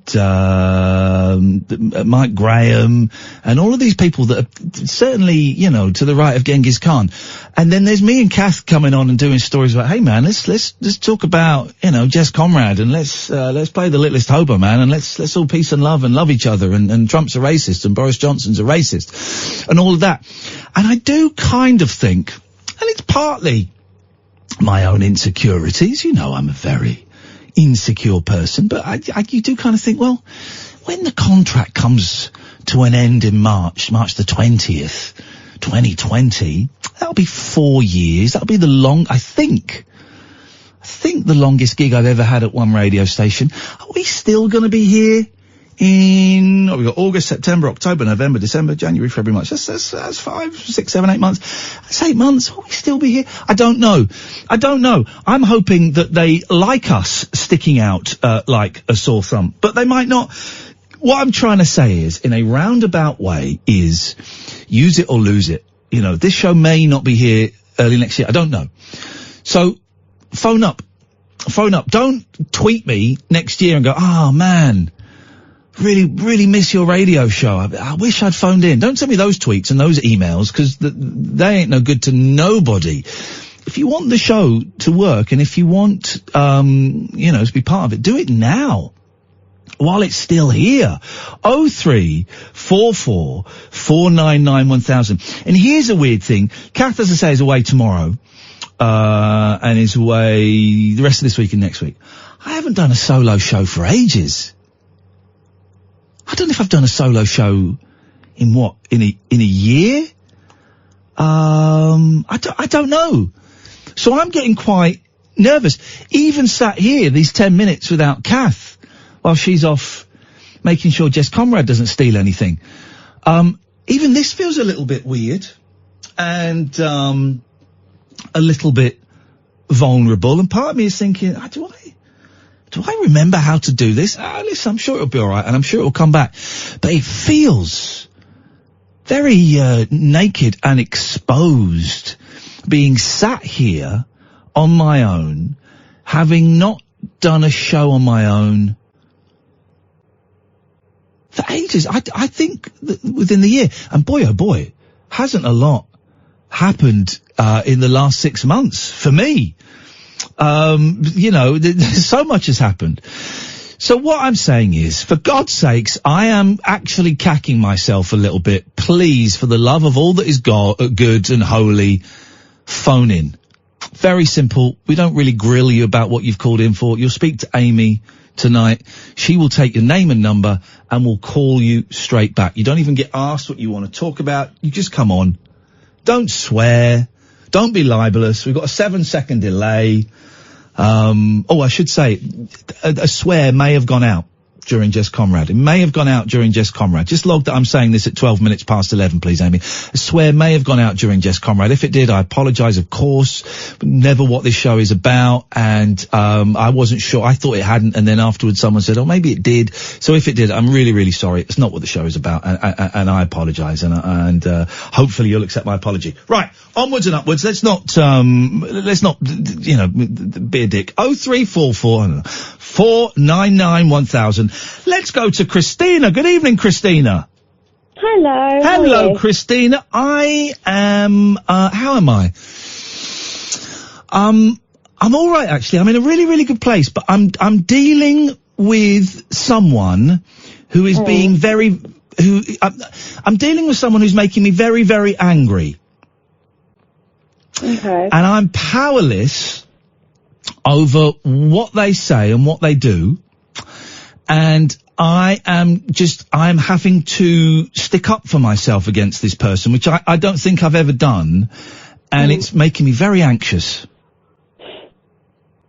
And I'm being deliberately vague because I don't want to launch, I don't want to say who it is or even hint at who it is. But it's, today I've just been engaged in a conversation on text that, and even now thinking about it, Christina, talking about it, I can feel a knot in my stomach. Oh gosh, just rising. I get that, yeah. Go on, what's happened to you then? I've just had a pretty stressful conversation. I've just tuned in and I've just caught up on the fact that it's about, other people not calling in. Like you say, it's like, the regulars that call in. Yeah. But I've been spreading the word. I didn't finish what I was going to say yesterday, the tattoo artist. Oh, go on then, finish it. Well, so the tattoo artist. Yes. They're all about you. The what? He's 22, he's a youngster, he's a big fan, he listens to your show. Yeah. So I said, call in. Hang on, I forgot what we were talking about. What tattoo artist? Oh, do you remember when I was trapped in the bathroom? Were you trapped in the bathroom, or were you just hanging out in there? Awkward. What was going on? I've got to be quiet because the neighbours. Okay. And, Okay. Yeah. But I bought tickets for your show, by the way. Which one are you coming to? The one in Bath? The London one. Oh, the film. The one where I said I couldn't come because I got Pet Shop Boys, and I thought, sort yourself out. Hey, you're going to come and see my cousin Vinny. Oh, well, you'll have a right old laugh. Make sure you come and introduce yourself, Christina. I will. Beautiful, lovely. Yeah, look out for my teeth. I will. Your teeth. No, I've got big white teeth. Well, there's you. Well, this is the thing. There's you coming. I know there's a woman as well coming who posts nudie pictures on Twitter. It's not me. No, I know it's not. Oh God, I know it's not you. But no. But there is one where I've got Jodie Marsh on a picture with protein shakes over hers, and one quite small, so I put pill bottles there. So picture of me on Twitter like that. Wow. Okay. Well, it's going to be September the 14th. We're showing my cousin Vinny at 2 North Down in London. So I'm rallying up the troops. That's what I mean. For you just staying, like people not calling in. Do it. Thank you. Anyone I talk to, I tell them the show's amazing. It's really helped me out, and yeah. Thank you, Christina. We appreciate the support. You know, we're a strange little silly cultish show. I know, but I love Strange and Silly. Good. And that's what I tell to other Strange and Silly people. Me too. I love Strange and Silly, and I don't get why more people don't love Strange and Silly. I don't get it. I know. Well, we're the fantastic minority. Okay. Well, Christina, do you feel that you have finished it? What, the call or live? No, not live. Jesus Christ, no. The call. Possibly, yeah, or is there more? If there's, I think I have. Do you want? Well, then go on. What else do you want to say? I don't know. I'm a bit boring, innit? I don't know. Shut up, are you boring? What are you talking about boring? I'm not really. No, I've had a really tough day, and I think I told you about my mum and the inheritance and all that kind of jibber jabber. Yeah. Oh gosh, I don't know where I'm going now. Don't let it fall down like this. You can do this. Go on. What is there? Is there something? It's better than the Samaritans, this. Well, we don't mind doing those kind of calls. Are you all right? You sound a little bit confused and a little bit. I'm saying paranoid, but I don't mean that as an insult. Yeah. Oh no, I just worry about what people think. Yeah, paranoid. Well, I don't know. Paranoia implies that it's imagined, and I don't mean it. I don't want to sound like I'm saying you're imagining something. It may be something that is completely real. Yeah. Oh gosh, I don't know where to start. All right. Well, listen, you know you can call us up anytime and you can say anything. Well, I clearly do, don't I? I pretty much call you up every day now. Good, wicked. That's the way it should be, Christina. That's the way it should be. Yeah, I know, but I need to rally the troops and get other. Don't you worry about it. Listen, I'm rallying troops. You just rally yourself and look after yourself, all right? Yeah. All right. Listen, I'm going to I'm looking forward to meeting you. I'm looking forward to meeting you too, Christina. It'll be nice to see you, okay? Yeah. All right. Take care. All right. See you later. Bye-bye. We got nice people calling in. God, we got a load of phone calls all of a sudden. I won't give out the phone number in that case. Dredge and Mark and Ian and Amy, you'll be coming on soon. This is the Late Night Alternative, weeknights from 10 with Ian and Kath on Talk Radio. Late night conversation, wealth losing sleep. The Late Night Alternative with Iain Lee on Talk Radio. 03444991000. Could you get Amy back? Because I was just about to go to her, but I'm going to go to Dredge instead. Good evening, Dredge. Good evening to you. Yes, it's nice to wobble the old throat sometimes, isn't it? Wobble the old larynx. That's what it's all about. Hey. You, the Rocksteady crew, show 'em what you do. Make a break, make a move. So I thought Jess was very good. He didn't really let you get a word in, though, did he? I don't know what word you wanted to get in. I love guests. What were the words were? Shut up! Guests like that are great, because I love the old showbiz world. It feels like a million years ago. It's so foreign. B, I get paid the same amount of money for doing about 15 words an hour, which is great. What a nice man. I really enjoyed that. He should have like a showbiz hour or something. Yeah. I mean. Oh, God, totally. Because I wanted to ask something, but I thought he's going on. There's no way I'll get a word in myself, But he apparently was in Space 1999. I didn't know that. Ooh, I didn't know that. See, stuff like that I like. And he was big friends with like Freddie Starr and, Oh, we were going to talk about Freddie Starr, because we were talking about him before he came in, and he actually welled up quite a bit when he was mentioning Freddie, and I wanted to ask him about that, and I forgot. We had so much we didn't get to talk about. Yeah, I mean, that's what's interesting about people of that old school showbiz background. They've just done all this incredible stuff. Yeah. So there's no way you can get it into an hour. No. But what I was going to ask was, are you still putting this book out? The book is happening. Do you remember the book? Yeah. For those who don't know, it's a book of transcripts of, I was going to say some of the best bits of the show. It's not. It's some bits of the show that you, dear listener, have transcribed for us. There's a guy talking about masturbating in a disabled toilet. I'm sorry, but it was a phone call. There's loads of stuff. And we've been working on it for ages, and Kath had to kind of edit it and tidy it up because the guy that we paid in India did a really crap job. Actually, he was in Pakistan. Bit racist of me. And then the long and short of it is, Dredge, I have now got someone designing the cover. I should have the cover for it in 2 days' time. If I'm happy with it, I'm sending it to Lulu, the online publishers. I will order myself and Catherine a copy of the book. We will look at it. If we're happy with it, we hit the button and it goes live, and you can order it, and every single penny of profit will go to the Samaritans. Your intro is in there. Bob Mortimer's intro is in there. I've written a little bit for it. Kath's written a little bit for it. It looks great. I just want to hold it in my hand as a physical book and be able to flick through it and make sure it all looks, proper. And so the cover, I should hopefully have the cover in the next couple of days, and then we're there. Oh, when you said you were sending it to Lulu, I still had like the 60s in my head. I was thinking, does he mean the singer? One of my greatest afternoons was hosting a really crappy TV. I did a whole TV series for Channel 4 that they never showed. A whole series, imagine. And one of the guests on it was Lulu. And one of my favourite evenings or afternoons, whenever it was sat in the green room at Lulu's feet while she was telling us stories about Brian Wilson and David Bowie and stuff. And I was just looking up at her thinking, my God, life does not get any better than this. And is she on Twitter? Sorry? Because, is she on Twitter? I mean, she would make a hell of a guest as well, do you know what I mean? We tried to get Lulu, and, in fact, I tell you what I tried to get. Flipping it, hang on a minute. What was the Rewind Festival? Hang on a minute. I guess this isn't happening now. He said this is me sending an email to the guy that was hinting we might get Tiffany on the show. PR people, man. PR people. If you're putting people up for interview, then for God's sakes, follow through. I remember that. Okay, there you go. That was my little showbiz tip for you, Dredge. I'm quite nervous, genuinely. This isn't me doing a piece. Has Jess Conrad murdered Catherine?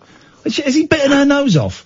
'Cause she's not back. I'm quite nervous about doing the shows on my own this week, and this 24 minutes without Catherine is making me very uncomfortable, and I can hear my words echoing around in my head, and I'm thinking, man alive, I'm dull.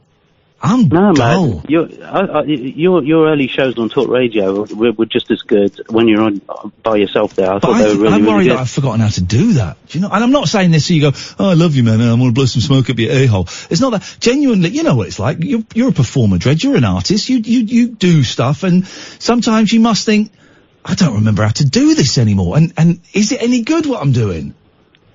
Yeah, I guess so. It's hard to deal with that. Yeah, it's not easy. It's not easy. But I listened to the show yesterday. I listened to the entire 3 hours of it. Oh. Because I was coming back from Bournemouth, where I was on holiday for a couple of... Well, the shops were so old that I actually found an old Partridge Family annual in one of them. Wowzers. And it was still brand new. It was nice. 1975 it was. But it was quite a nice place, although Happy Land was shut. So that annoyed me. That's sad land. Well, yes. But I did see something that reminded me of you. Oh, yeah? Yeah, I was walking down the street, and this is absolutely true. I saw a scarecrow figure of John Lennon. What? In bed with Yoko Ono. What? This was in someone's lawn. There's a scarecrow of John and Yoko. Scarecrow Lennon. Well, it's what he would have wanted, I guess. I suppose so. Anyway, it turned out there was a scarecrow festival there. I have no idea what that was. Oh, it wasn't a John Lennon Yoko Ono festival. It was actual scarecrows. I hate scarecrows. Well, I left quite quickly after that. All right, Judge. Catherine has returned, and I'm going to give her a right royal rollicking. I look forward to hearing that. Thank you very much indeed. Amy, stay there. Going to come to you in a second. Then we got Mark and we got Ian. I was worried that Conrad had bitten your nose off. No, bit his off. No, you won't appreciate me saying this, but he's a really sweet man. Is he? So I sat and had a chat with him while we waited for his car to come. Wasn't he fun? He really enjoyed himself. Did he? Yeah, he really did. I want, you know, dear listener, we only get people on that we really like and that we think you will find interesting, that some of you will find interesting, because some of our guests are quite niche, but we sort of hope that we can open your eyes and ears to new experiences, and they won't be for everyone. But I'm really hoping you enjoyed those old tales of proper old-fashioned showbiz.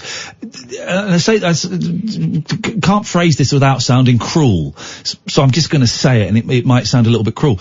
But our links with that world are literally dying off. Yeah. He's in his 80s, right? And he looks the youngest out of the three of us in that picture. But he's the last of that era of star. While we were downstairs, he was telling me about where he lives, and he used to live next door to Roger Moore, Cilla Black.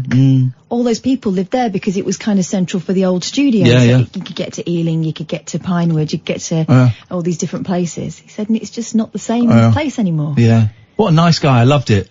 And I loved that.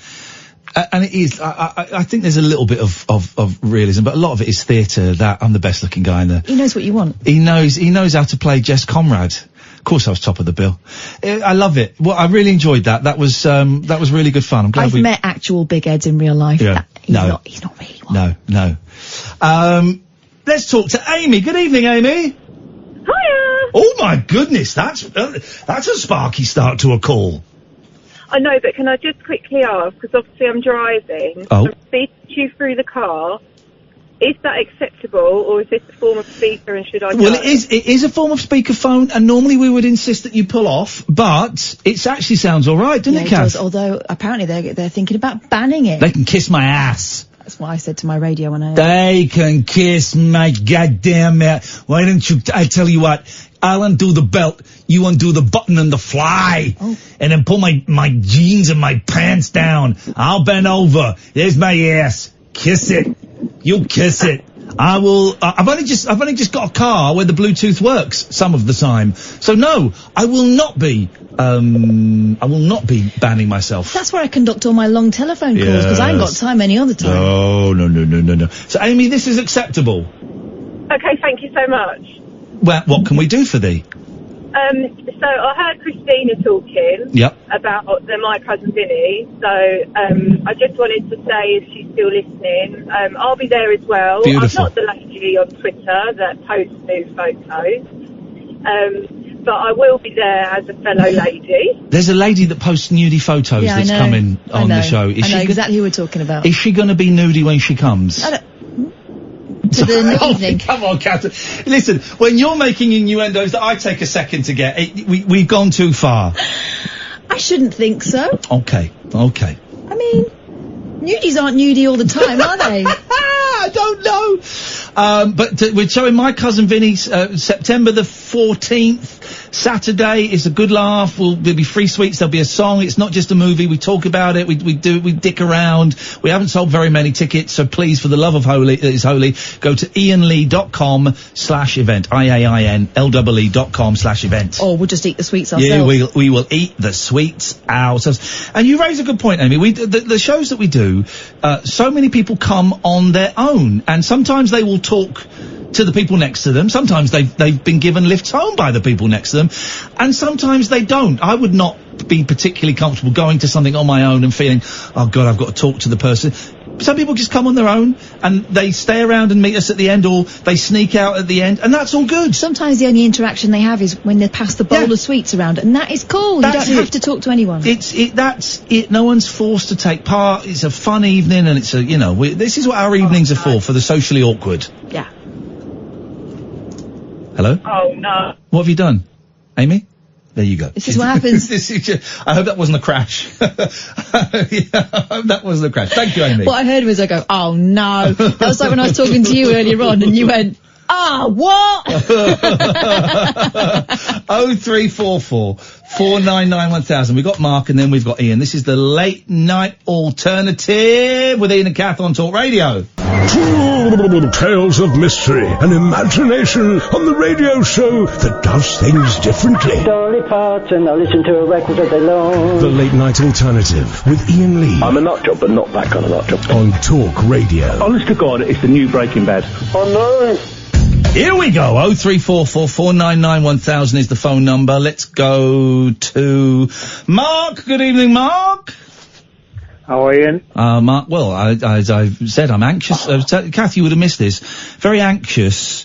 That last 24 minutes before you came back was actually I haven't done a show on my own. It's strange, isn't it? Yeah, I haven't done a show on my own for probably a year. I can't think of one where you've not been here for a whole show. So probably a year. And, that 24 minutes was hard work. And my mouth is getting dry thinking about it. And it's just dawned on me, I've not really thought about it. I'm actually quite nervous about the rest of this week and next week when you're not here. I'm nervous about it, because part of me's thinking, well, I won't remember how to do it. I probably will. I've been doing it for 20 years. I probably will. But I was talking and thinking, my God, I'm dull. My God, I'm boring. I had a couple of nights like that last week, where there was no callers for like 20 minutes or so, and it felt like an eternity. Yeah. But then you listen to it afterwards, I've sort of had to edit the podcasts and stuff, and you go, oh, it wasn't that bad at all. But it's because your cogs are always turning doing this job, and you not always know what the next thing you're going to talk about is, and it takes the weight off when there's two of us. I am thinking about tomorrow having a different Kath for each hour. I might just have a Kath at 10, a Kath at 11, and a Kath at 12. Oh, really? Yeah. How are you going to do that? Well, on the phones, get some Kaths to call in. It don't have to be... Listen, I have to tell you this. Yeah, go on. There aren't any other Kaths. Well, okay. There can be only one. Only one time. It's a Highlander. Okay. All right. That's weird, isn't it? So good luck with that. Okay. Well, just any old person will do, and we'll just call them Kath. Turns out, eh? Yeah, it does. Let's see. I've never met a Kelly. Yes, you have. Who? Kelly Betts. Right, the exception that proves the rule. Disproves the statement. No, it proves the rule. I've never met a Kelly apart from one. That you worked with for 6 years. Okay, so name another Kelly I've met. And don't do Kellys that are surnames, they don't count. Okay. Because Danny Kelly. Doesn't count. I don't know who Danny Kelly is. Yeah, you do. No, I don't. He's, yeah, you do know. I don't know Danny Kelly. I've worked with him. No, I don't know who he is. Sport, big fella. Don't know who he is. You do. Never heard of him. Doesn't matter. I'm talking about Kellys as first names. Be with you in a second, Mark. I'm talking about Kellys that are first names. Didn't you have your photo taken by Kelly? Kelly Joe. Ah. Well, that's a double. It's not a Kelly. It's a Kelly hyphen Joe. Yeah, but if you were going to shorten it, it'd be Kelly, wouldn't it? Or Joe. No. Good evening, Mark. Two things.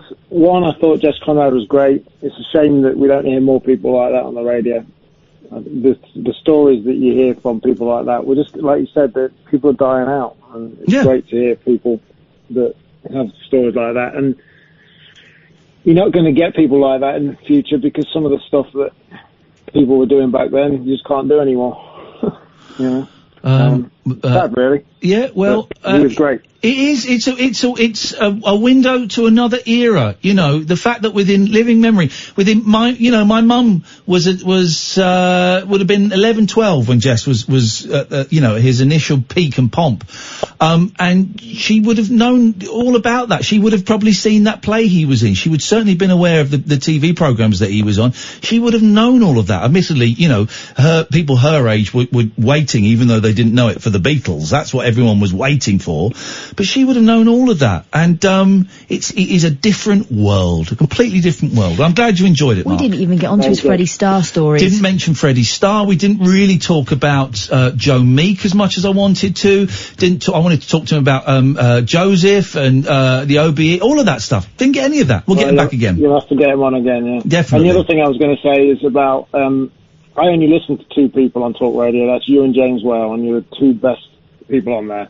Hey, thank you, Mark. And I mean it, and I'm sure you'll be fine next year. Well, it needs people like you. It needs people like you to be different. I hope so. Listen, I was just saying, Kath, you wouldn't have heard any of this, that, you know, come March, the end of my contract, it'll be 4 years, which I think is the longest I've ever worked anywhere. It tends to be about 3.5, approaching 4 years. The station is, the voice of the station is changing and is becoming more right-wing and quite seriously right-wing, which I don't have a problem with at all. I'm not criticising that. I'm just saying that this show, it's kind of liberal, hey man, let's love everybody and listen to old singers from the 60s. It sticks out like a sore thumb. Now, that will either work to our advantage, or they go, well, this is great. You're the little bit of sugar in the coffee. Don't know what that phrase means. Or it will work against us, and they go, well, we want a right-wing late-night commentator on, and it ain't you. So I'm just telling people, use the show while it's here, because who knows? Who knows where we're going to be in a year's time? The powers that be will have the sugar and the tea option at the end. We hope so. We hope so, Mark. I tune in at 7, and then I carry on to you, and you are the only two I will listen to. Thank you, mate. I appreciate it. Mate. Mark, thank you very much indeed. I appreciate the call. 0344 499 1000 is the telephone number. Iain! Hello. Hello, Iain. Oh, it's me, back again. I'm a better mood than I was last night. You're a bit what? Oh, no, this is Iain. Hey, listen, it's Iain, yeah. You sent me a couple of... Iain called up yesterday, talked about his mum and his brother who passed away. I had a hard time last night, yeah. And I'm sorry, I didn't want to bring the show down. Dude. But I feel a little bit better tonight. Good. But you don't have anything to apologise for, and I saw... Sorry, I'm really trying to belch at the moment. I'm worried I'm going to throw up. That'd be awful. And I saw you sent a couple of tweets apologising. Mate, you've got nothing to apologise for. I know, Iain, I know, but it's I don't know, it's just, it was nice to be able to talk to you about it. Can I say, is Kath there? Yes. Unfortunately. Oh, hi, Kath. Hello. Can you just say hi, Iain? Hi, Iain. Oh, thank you. That's nice. Are you knocking one out? Was that the vinegar stroke? Stop it. No, to be honest with you, I'd like to say, Iain, I feel much better tonight than I did last night. I was on a real downer last night. But a couple of things I wanted to mention tonight, to bring it back to the fun side of things. Yes. Last night you were talking about the horror things. Do you remember the horror double bills on BBC Two? Go on. On about 1980, because I used to get, Mum and Dad used to let me stay up to watch the horror double bill. And it used to be on about 11 o'clock till about 1 o'clock in the morning. Wow. No. And there was the black and white. But you're talking about 1979, 1980. And there was the horror film, the thing you were talking about last night. But which horror films were they?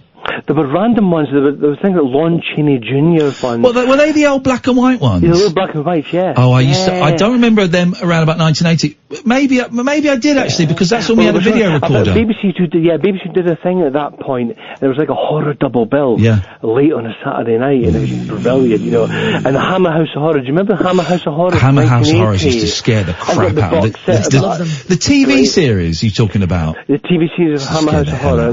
That came out in remember Armchair Thriller? Do you remember that? That was about 1978. Which one? It was a TV serial. It was on Tuesdays and Thursday nights. and it was called Armchair Thriller. Oh, I don't remember that. I'm not that old. 1978 to 90. Oh, I'm not. I'm right. If I'm older than you. Yeah, it was 1978 to 1980 that went out. I don't remember that. I do remember the old black and white horrors, the Frankensteins and the Bride of Frankensteins and Dracula. Right, yeah. There was a great one. I remember, and I didn't used to find them scary. I'd watched these at 8 or 9. I looked at buying a box set recently and then I didn't click buy. They were a bit sexy, weren't they? They were a little bit, the old black and white ones. There was a great one where, it was like a travelling circus and they had like a freak show in it, and one of the freaks in it was supposedly Dracula's remains, his bones, in a coffin but with a stake through his chest. And someone pulled the stake out and Dracula came back to life. You don't do that. You don't do that. No. But do you remember the Hammer horror Draculas? That was very sexually charged. I know. They were always going outside in their 90s, and their 90s were not really... Well, Dracula's about sex. Dracula of course it is, it's penetration. And being spoiled. Yeah, well, and you know what I mean? Being double-ended is two holes. That's what it is. You're puncturing 2 holes. 2 holes, Ian. Something else I wanted to say, Ian. Yes. Somebody mentioned it just a few calls ago, talked about Lulu. To Serve With Love. I was just watching To Serve With Love today. Do you know that film, To Serve With Love? Is that the one with Sidney Poitier? Sidney Poitier, yeah. I've not seen it. I know the song and I'm aware of it, but I've not seen it. Ian, honestly, that is a film you have to see. It's such a great film.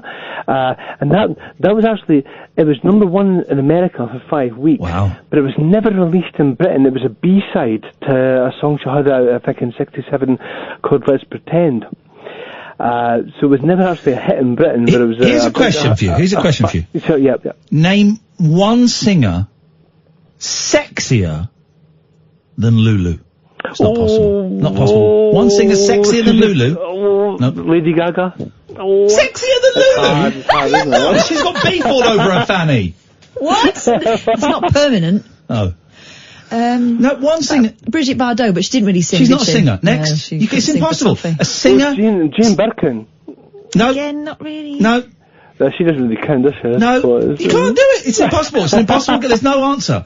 There is no answer. A singer sexier than Lulu? There isn't one.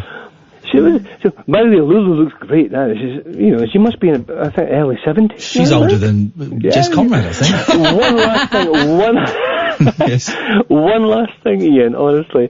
One last thing. Titty Bang Bang. I was watching that Series 3. Is it Titty Bang Bang? Yeah, Bob Mortimer's comedy sketch show, yes. Are you still in touch with the girls from No, I'm not. I was in it a little bit. Do you know what? I played a vampire in Titty Bang Bang. You just reminded me. I knew a vampire. I was watching it. And I had a picture. They painted a portrait of me as a vampire, which I had in my loft for ages. Then I chucked it away. Idiot. I chucked it away. What a dick. Because you got Lucy Montgomery was fantastic, and have you seen Debbie Chasen? The amount of weight she's lost. No, I haven't seen. She looks amazing. I like Debbie. She was very, very funny. She looks absolutely amazing. Let's have a little look. Anyway, I've taken up too much time, so I'll let somebody else go on. Oh my God, hasn't she? Oh gosh, I like Debbie. She was hilarious. I would never recognise her, isn't it? Debbie Chasen, she's lost so much weight. Oh goodness gracious! She's very, very funny. She was quite a big girl. Yeah, really funny woman, and very kind to me. I was so nervous doing that show because I wasn't an actor, and they got me in because Bob liked me, and everyone on that show was so kind. And I was lousy in it. I was lousy. I thought you were great in it. It was. We were filming at the same time as Madeleine McCann went missing. I remember all the rumours and theories. They've arrested the mum. Was one of the calls, but everyone, Tony Paul Way was in it. They all looked after me in that show. Yeah. Ian, listen, nice to talk to you, mate. Thank you very much. 0344 499 1000. This is Talk Radio. No rules nocturnal nattering for nightbirds, nurses, and Nosferatu. All right, cool. The Late Night Alternative with Iain Lee on Talk Radio. I'm David Babcock and I got my willy stuck in a hoover. David, you don't have to say that every time you come on the show, okay? We know who you are.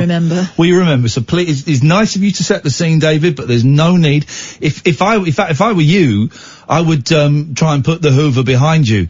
Not to stick it up your anus, but the whole. Do you know what I mean, Catherine? Yeah. Can you explain it better than I am? Just leave the hoover alone. Yeah, I think it's probably best if you don't fiddle with the hoover when you come on the show. Is that all right, Dave? Comedian Iain Lee there with a cracker. What are you going to do with the cracker? Yeah, don't. Crumple over your foreskin. What?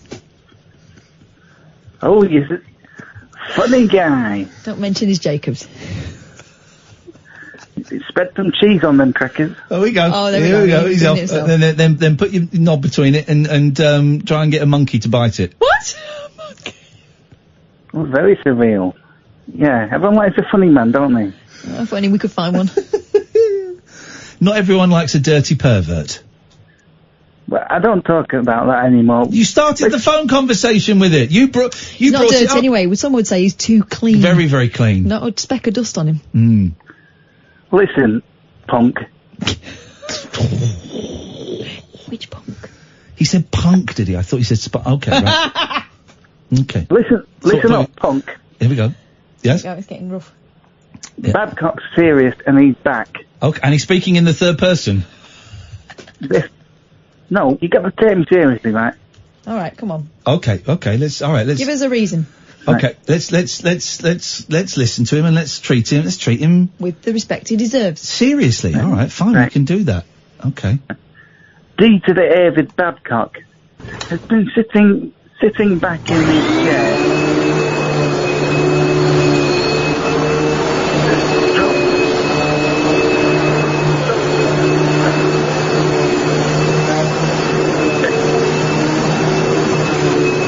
David?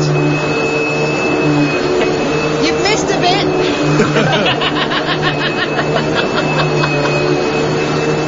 Turn it off. Put your legs up. Sorry, mate. I've been sitting back watching these so-called paranormal experts there. Who calls them that? These so-called paranormal experts. Experts? Yeah, do you mean esports? Oh, escorts. I was sat in a foyer of the Discovery Channel yesterday because that's the kind of guy I am. What did you find? They were showing Eurosports, right? And there's a sport. Is it called Tillol? Is it called Tillol? Or is that? I don't know. Or is that the company that makes it? Basically, it's speed rock climbing. Oh. And it was insane. So you've got, the indoor rock climbing walls? Yeah. They had two. Yeah. Right? And they're exactly the same thing. You have to climb up and hit a buzzer. You have to climb up and hit a buzzer like gladiators, but it was a sport. It was incredible. The fella got there in 5 seconds, but then he missed the buzzer. And the guy behind him was 5.2 seconds, hit the buzzer and won. Like a rat up a shutter. It was incredible. I found my sport. To watch. But I found my sport. So when people say, what's your sport? I'm going to say, I think it's called Tillol. I like that, especially because it's over in 30 seconds. Is it like that's why I like sex so much. Is it called Tillol? No, Tillol is drugs. Tillol. That's Tylenol. Rock climbing. Right. Please be quiet. If anyone knows what it's called, what's this? There's a thing here called Boogie Till You Poop. What? No, that's it. I wouldn't advocate that. All right, away you go, David, and no interruptions this time, okay? Right. Are you sure? Yeah.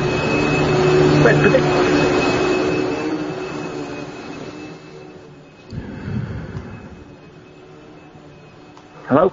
Yes. Right.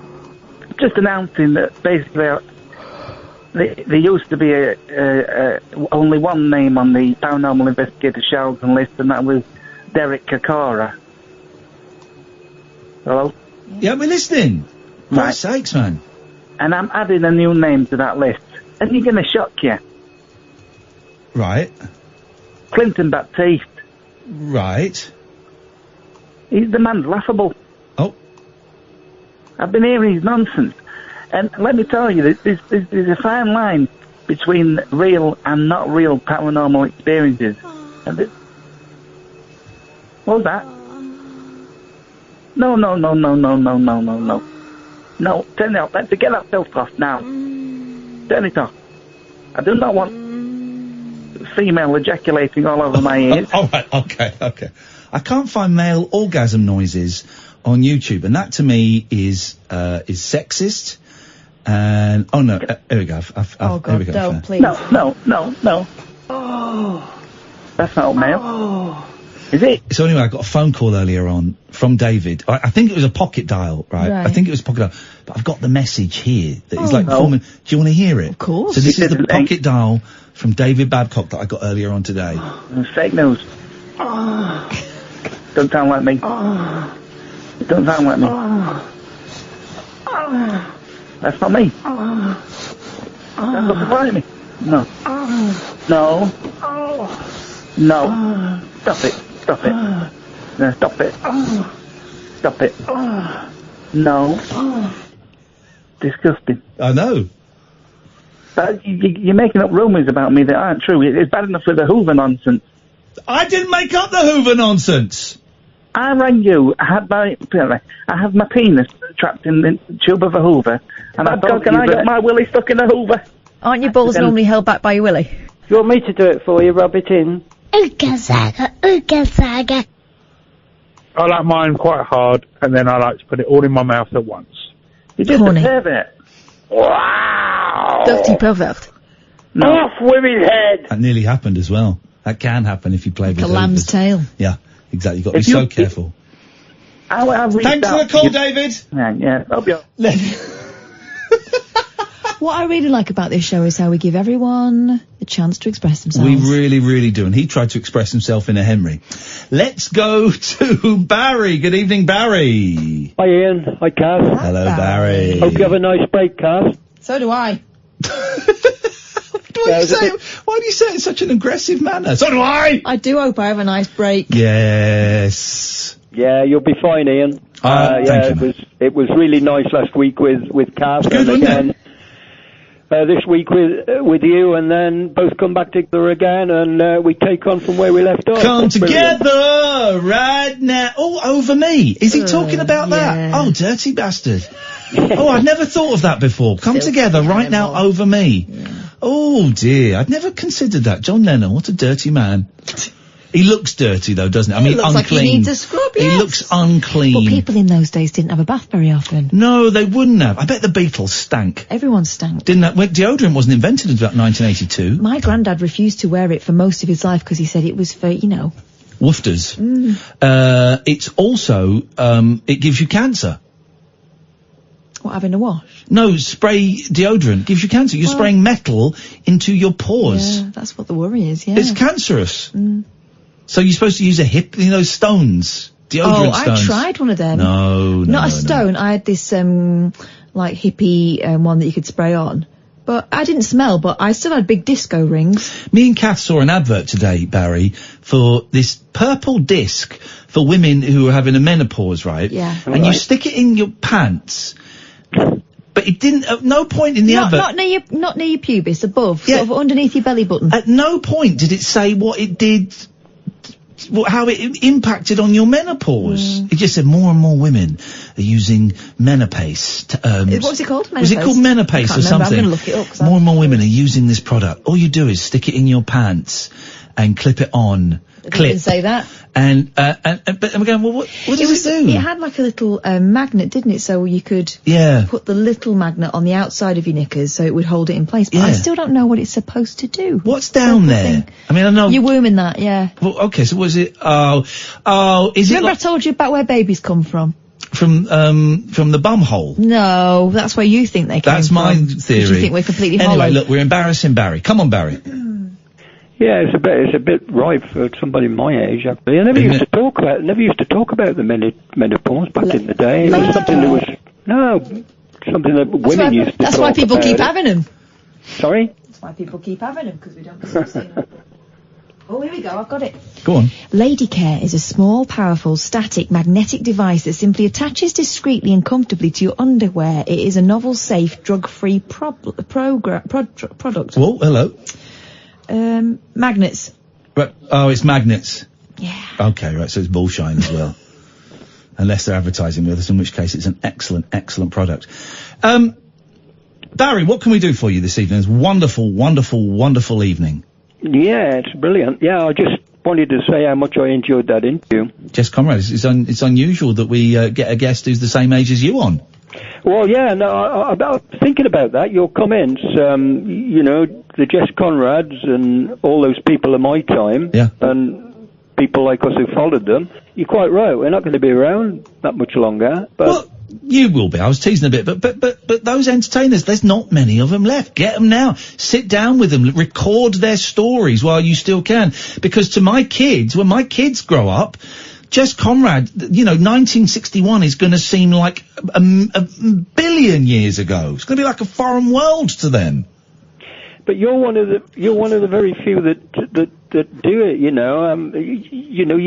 You give coverage and you deal with all that stuff that we were part of in yesteryear. And I mean, it was only a couple of years, Ian. I think I spoke to you before about this. It only lasted a couple of years, and most of them were British Presley. They wanted, but I mean, Jess Conrad is a good-looking guy, dressed well. And, as young kids then, I left school in 58, so I caught that couple of years, and you wanted to look like them, you wanted to be like them, and, they were your sort of idols. And those shows, I mean, we become the first teenagers, and rather than copy your fathers and all the rest, and you weren't really considered to be very much until you were 21, we suddenly hit this little purple period, and it was absolutely brilliant. Also, it's the first time in decades that kids had a bit of money. Kids, they weren't rich, but you had a few quid. During the war, you hadn't. The beginning of the 50s, you hadn't. Before that, there was no. But kids had a couple of quid in their pockets, so they could go out and buy a drink. They could go out and buy some clothes. There was freedom, the birth of the teenager. You're quite right, Ian. I mean, I was earning probably about £5 in 58. I worked for the I left school and worked for the National Coal Board. So from 15 to 16, I was working on the surface, and it was good pay. So my money was going on clothes and records, and you were right into that old sort of rock and roll thing, Exactly. The Marty Wiles and the Billy Furies and Jess Conrad was part of it. That's what it was all part of. You spend your money on clothes, on food, on punani. Beg your what? Thank you very much, Barry. We've got to go. Jesse, you're going to be the first call when we get back. 0344 499 1000. This is Talk Radio. The Late Night Alternative with Iain Lee on Talk Radio. We have ways of making you talk.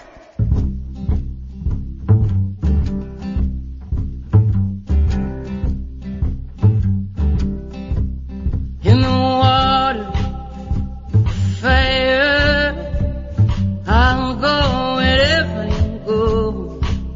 In the valley, in the canyons, I'll go wherever you go. Hey, love, I'm ready now. Can't you see this riot inside of my veins? Hey, love, I'm overcome by desire. How must I wait? In the water, fire, I'll go wherever you go. In the valley, in the canyon, I'll go wherever you go. Hey, love, it's been 3 years now since you heard from Jesus. He's a chosen man. Hey, love, you twist and turn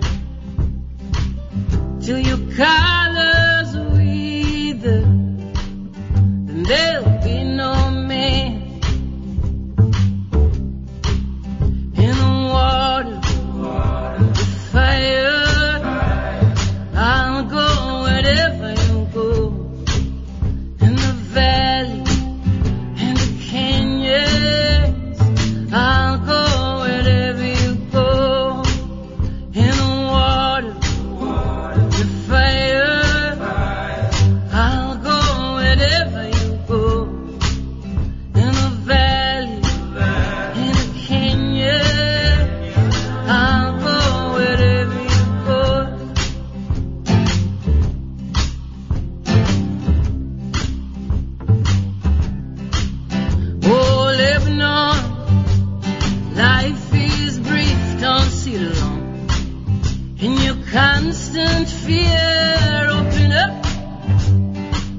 shan't be like Canada. Oh, Lebanon, oh, Lebanon. Life is brief, don't sit long. In your constant fear, open up. I shan't be like Canada.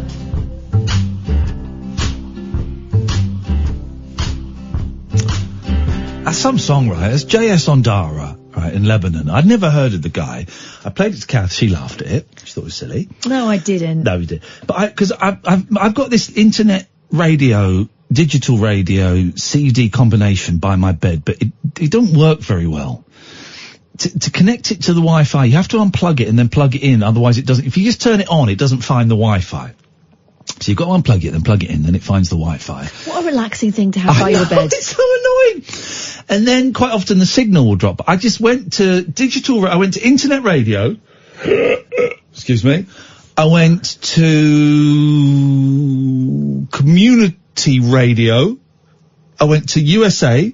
I went to California. And then I just stopped at a random radio station and that was playing. And I thought, whoa.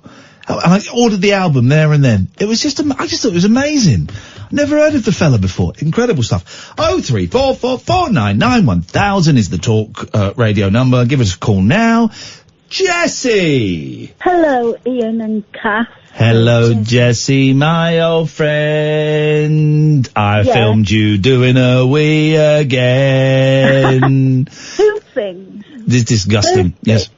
When you next come to Scotland, would there be any chance of coming to Edinburgh? No. Oh. Hate the people of Edinburgh. They're scum. Cheeky. They read books. Yeah, possibly. Because I know a good venue. Go on, tell me more. Tell me more.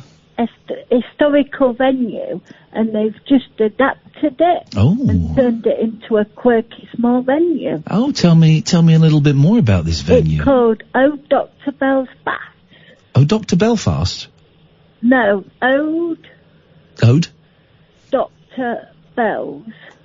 Ode Dr. Bell's. She said ode. Yeah, as in, the way Scottish people talk. Ode. Dr. Belfast. No, Dr. Bell's. Flipping heck. Hang on. Oh, I don't say flip it. Please don't talk to me like that. Oh, Dr. Bell, the old Dr. Bell's bath. See, you didn't even know what it was, and you're sticking up for her. The old Dr. Let's have a little look at this. The old Dr. Bell's bath. Venue now. To celebrate the 10th anniversary and the 30 years since the beautiful South. Oh, that's not what we're, Old Dr. Bell's bath. Yeah, I was thinking of going back to Glasgow, but maybe we go to Edinburgh next time. It's a really good venue. How many people does it hold, please? Pardon? Capacity's 18 to 26. No. That's what it says. Well, that can't be right. I went to an event and there was 100 there. Okay. All right. It looks, it's got posh toilets, isn't it?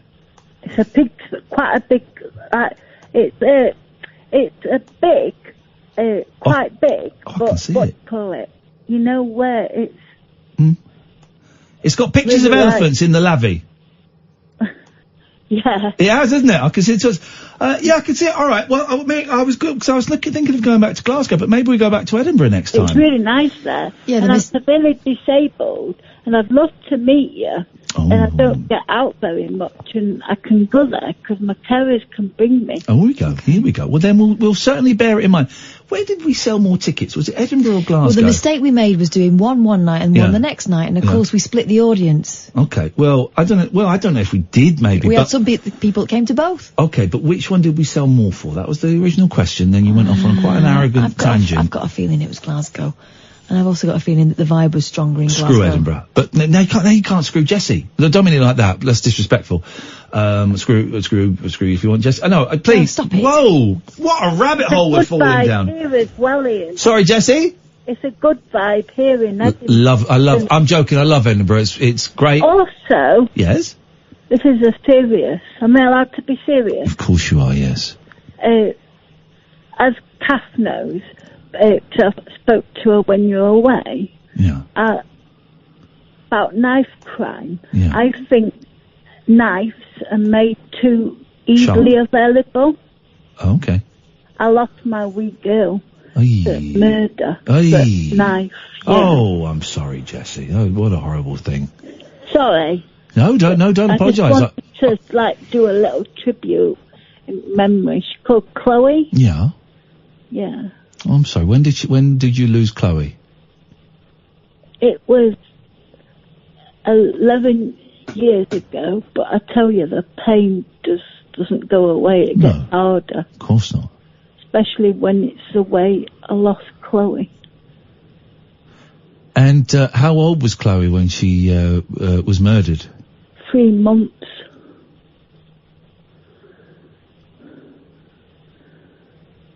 Blimey. Can I ask what happened? It was fatal. It's all right. I sort of, it was fatal domestic violence. Wow. And my little one ended up getting the losing her life from it, and yeah, so hard. Well, I'm really I'm speechless, Jessie. It doesn't happen very often, but I'm really sorry for your loss. So lovely, do you know? Who's loveliest, me or Catherine? It's me, isn't it? Both of you. If you had to pick one. Both of you the same. Okay. We're going to have to toss a coin for it, I think, Catherine. I think you'll find. At the weekend. I think you'll find he's a bit of a knobhead. Yeah.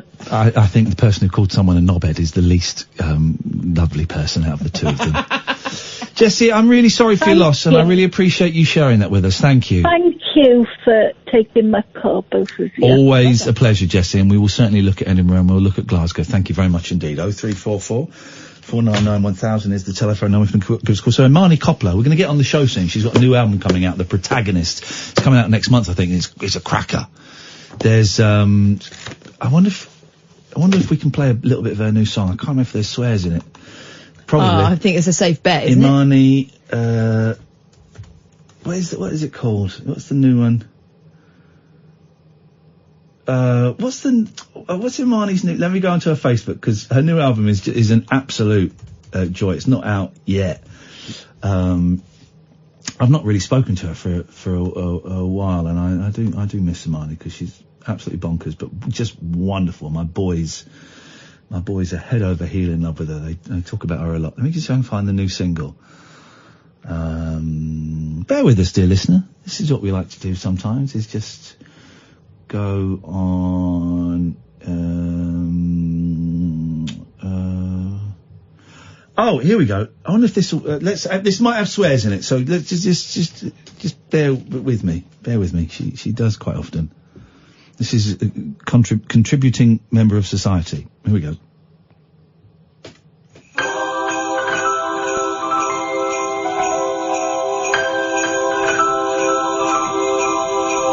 I think I'm overdue for a proper nervous breakdown. Just lock me in the psych ward and let me work my shit out. I've lost so much time chasing tail and drinking wine, and now I gotta do my taxes and get back on my grind. I've never underestimated the potency of love. I've lived so long without it, I consider it a drug.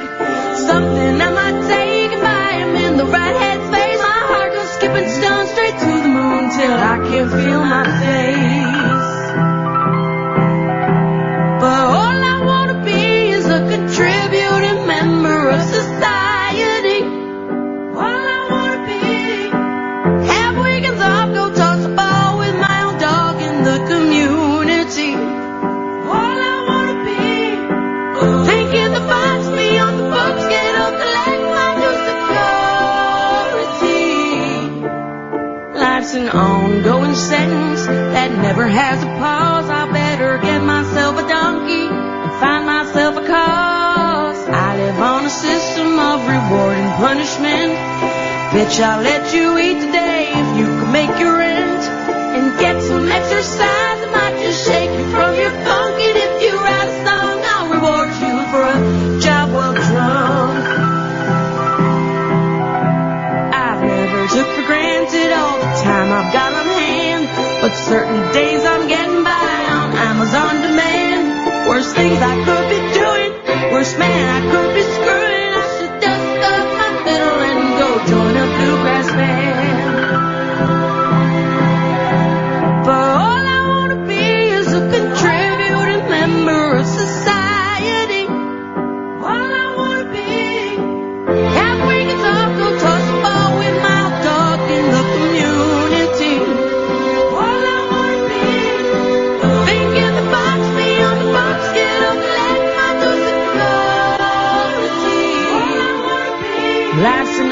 going sentence that never has a pause. I better get myself a donkey and find myself a cause. There you go. She's good, isn't she? I love her so much. And there were swears we got away with. She's she's got this new album and it's coming out. And as she was doing it, she would send me the songs. And there was one song she sent me, and I went, God, it feels like you've written that song. That feels like I've written that song. And she goes, yeah, loads. Basically, I'd had a conversation with her on the Staten Island ferry, and she'd taken loads of that conversation and put it in a song. It was the weirdest thing. I was listening to it thinking, this is really familiar. And I said, why is this so familiar to me? She goes, because a lot of it is stuff that you said to me about being depressed and stuff. And she'd written a song. I think she's so clever. So clever. It makes me, it doesn't make me sick because I know that she has her own issues and things, and life for her is hard work, but she's brilliant. Anyway, so she'd recommended this book that has been, kind of doing rounds, The Subtle Art of Not Giving an F, right? And I read my first Crosby, Stills, Nash & Young book when I went to Italy, and the Italy airport coming back, Rome airport, I'm thinking, I need to get a book. I bought a Beatles book out there and it wasn't very good. It was very, very anti-Paul, which I was disappointed in. And so all the books in the Rome bookshop in the airport were Italian, apart from this, The Subtle Art of Not Giving a F. And so I thought, I'll buy that, because Imani recommended that, and she sent me an email ages ago saying you should get it. She said, I don't normally buy into these big self-help kind of books, but I bought it and read it reluctantly. It's brilliant. Man, it's brilliant. It's brilliant. It's so hard to explain what it is. I wonder if it says, here we go. Manson, the guy that wrote it, Mark Manson makes the argument that human beings are flawed and limited. As he writes, not everybody can be extraordinary. There are winners and losers in society, and some of it is not fair or your fault. Manson advises us to get to know our limitations and accept them. This, he says, is the real source of empowerment. Once we embrace our fears, faults and uncertainties, once we stop running from and avoiding and start confronting painful truths, we can begin to find the courage and confidence we seek. It's amazing. In life, we have a limited amount of F's to give, so you must choose your F's wisely. It's incredible, and it's all about, so many of it starts off, I've only read the first couple of chapters, some of you will have read it, dear listener, I'm sure, and it starts off about how so many of us are unhappy because we're fat, or because we look wrong, or we and it's because we're trying to meet an expectation that is unreal, okay? And if you accept the way you look, if you don't give an F about the way you look, as long as your health isn't in question, then that's a huge reason for self-loathing and depression gone. It's gone. You've accepted, so many people are going to the gym and are trying to diet and are trying to do this to look differently and this to look differently. But if you accept that's how I look, that's a huge area of disappointment gone. Right, so it's kind of isolating the things you can do stuff about and the things that it's not worth worrying about. Yeah. Because you've got no control over it. Problems never stop. They are merely... Problems are a constant in life. Just open this at a random page. When you solve your health problem by buying a gym membership, you create new problems. Like having to get up early to get to the gym, sweating like a meth head for 30 minutes on an elliptical, and then getting showered and changed for work so you don't stink up the whole office. When you solve your problem of not spending enough time with your partner by designating Wednesday night date night, you generate new problems, such as figuring out what to do every Wednesday that you both won't hate, making sure you have enough money for nice dinners, rediscovering the chemistry and spark you two feel you've lost, and unravelling the logistics of having sex in a small bathtub filled with too many bubbles. Problems never stop. They merely get exchanged and or upgraded. Happiness comes from solving problems. The key word here is solving. If you're avoiding your problems or feel like you don't have any problems, you're going to make yourself miserable. If you feel like you have problems you can't solve, you will likewise make yourself miserable. The secret sauce is in the solving of the problems, not in having the problems in the first place. It's amazing, man. And I was reading this, and it really ties in with a lot of stuff that we've talked about on Air, Kath, about failure is actually a good thing, as you learn from failure. It talks about it's so hard to explain, and I haven't read it in its entirety, but man alive, the first 2 chapters, I'm sat there giggling like a loon. 1, because it's written in a really funny way, and 2, because I'm going, well, this makes so much sense. Makes so much sense. The stuff, I'm so zen at the moment, and it's since I came out, right, as being bi, this whole thing that was driving my depression and driving my drug addiction and driving my shame has gone. I'm talking to some people tomorrow about maybe making a documentary about it and stuff. It's gone. There are 3 people in my life that are really unhappy that I've said what I've said, and they are actually trying to make my life quite problematic. But for the most part, I've accepted that that's their problem.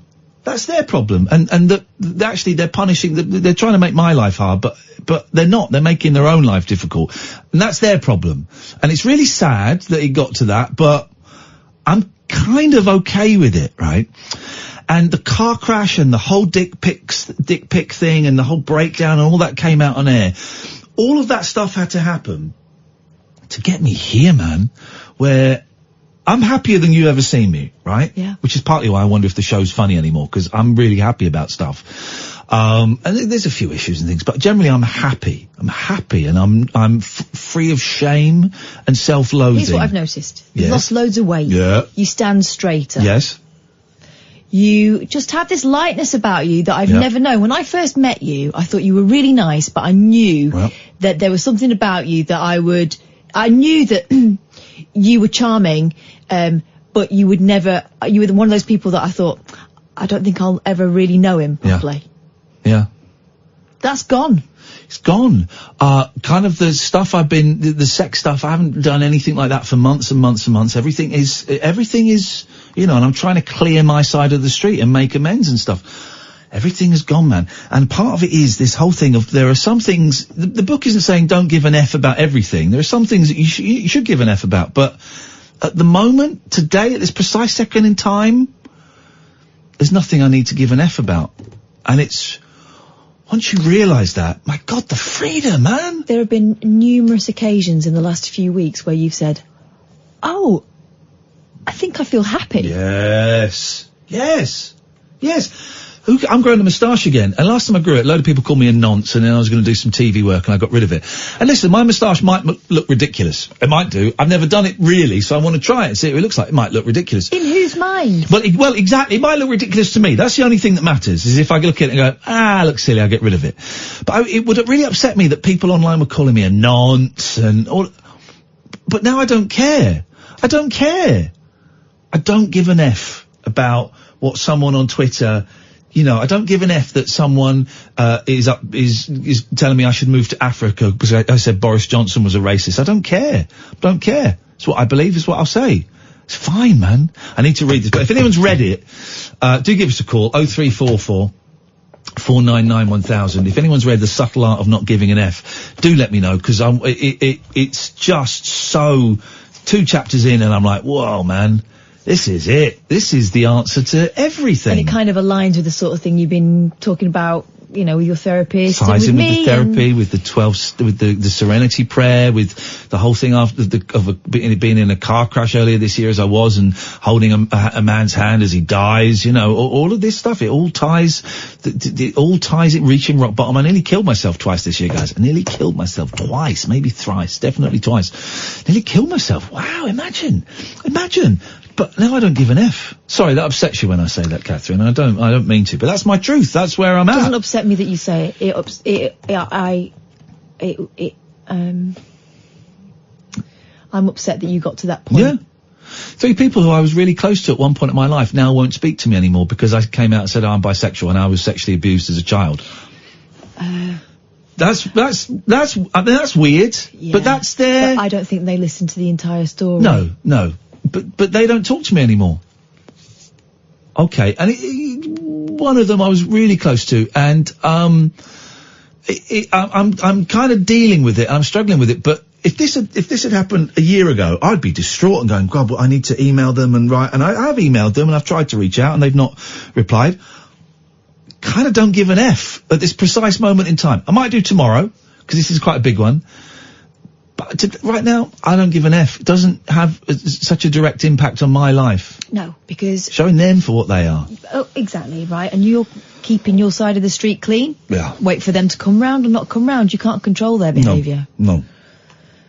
But I do think it's sad that that's what they took from the conversation. Oh, I think it's really sad. 0344 499 1000. We've got Ibby, we've got Alistair, we've got George. We might have you, dear listener. This is the Late Night Alternative, weeknights from 10 with Iain and Kath on Talk Radio. The wild man of late night radio. The Late Night Alternative with Iain Lee on Talk Radio. 0344 499 1000. Some show tonight, man. This has been all over the place. I love it. We've had old-fashioned showbiz. We've had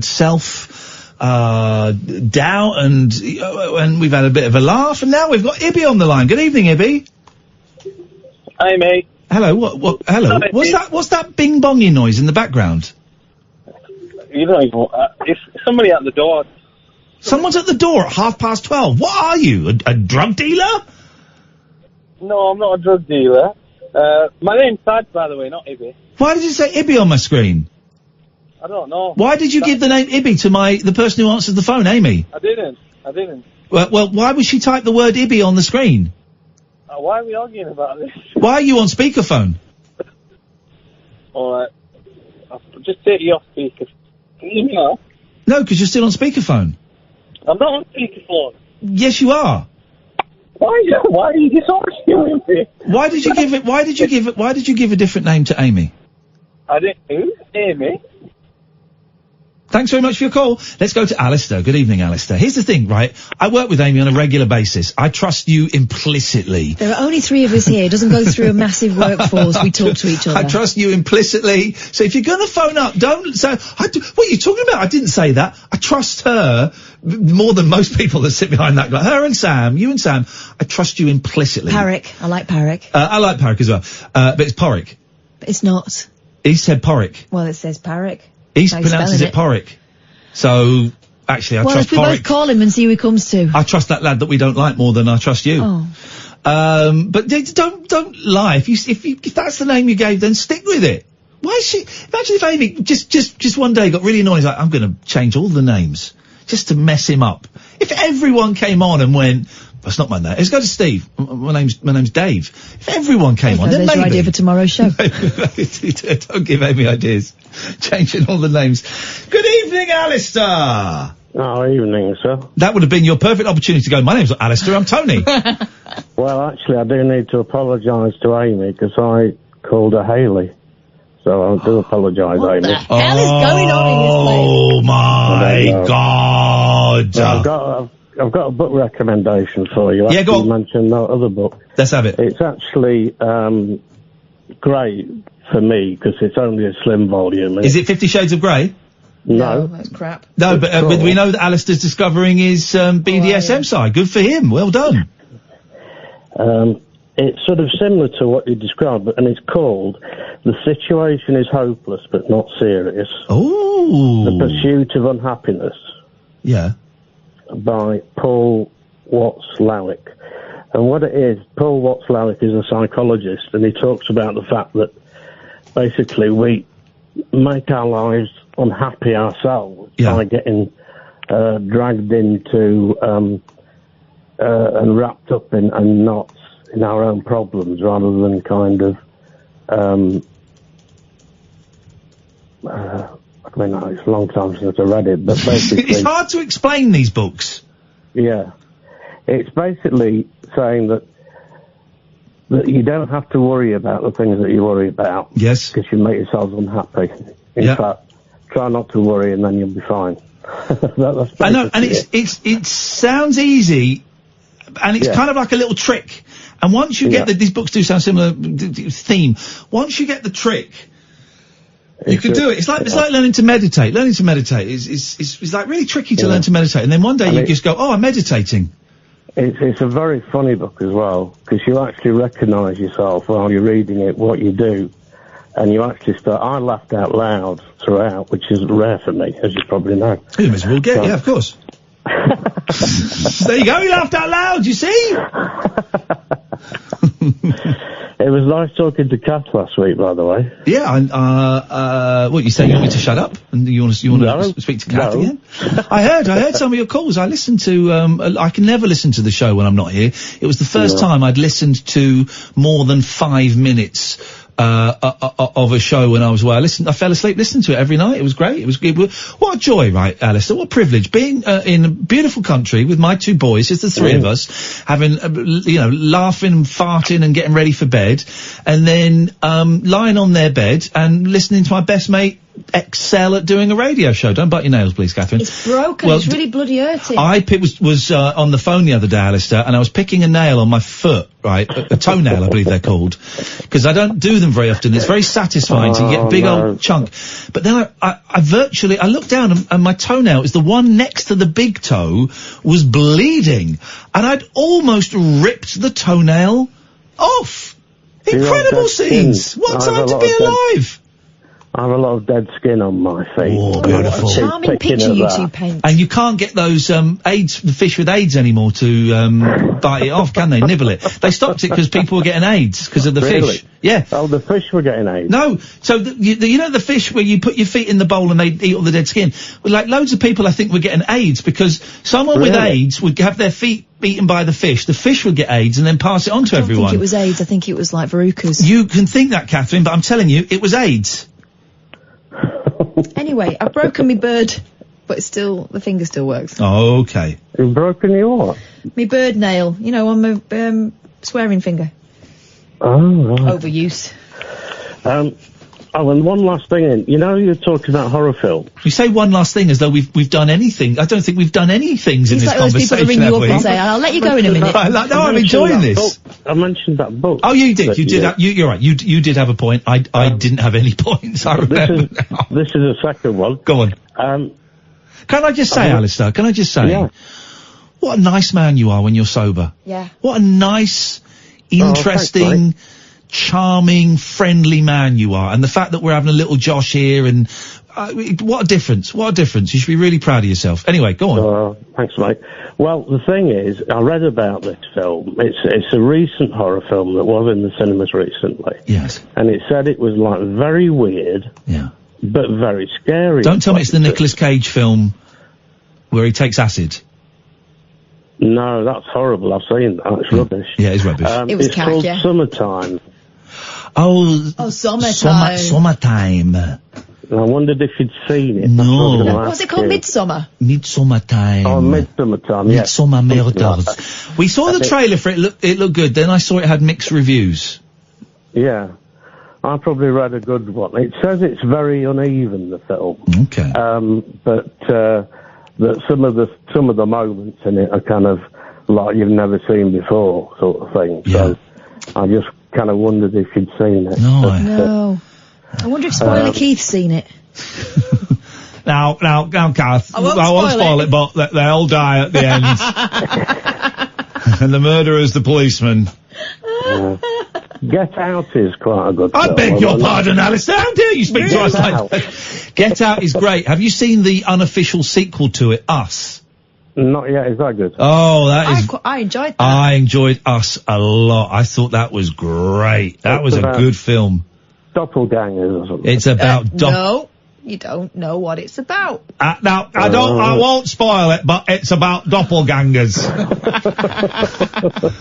And there's a big twist at the end. I won't spoil it, but everybody's dead. That's a good northern accent, by the way. Go and watch Us. It's the same. Is it Jordan Peele? Is that the gentleman's name that wrote and directed? Yeah. It's the same, and he's obviously just one of the most talented people out there at the moment making movies. He needs a letter right known to his mum. He does, but and it's got Tim Heidecker in, who's one of my favourite comedians, and it's nice seeing him do a straight role as well. It was I really enjoyed it.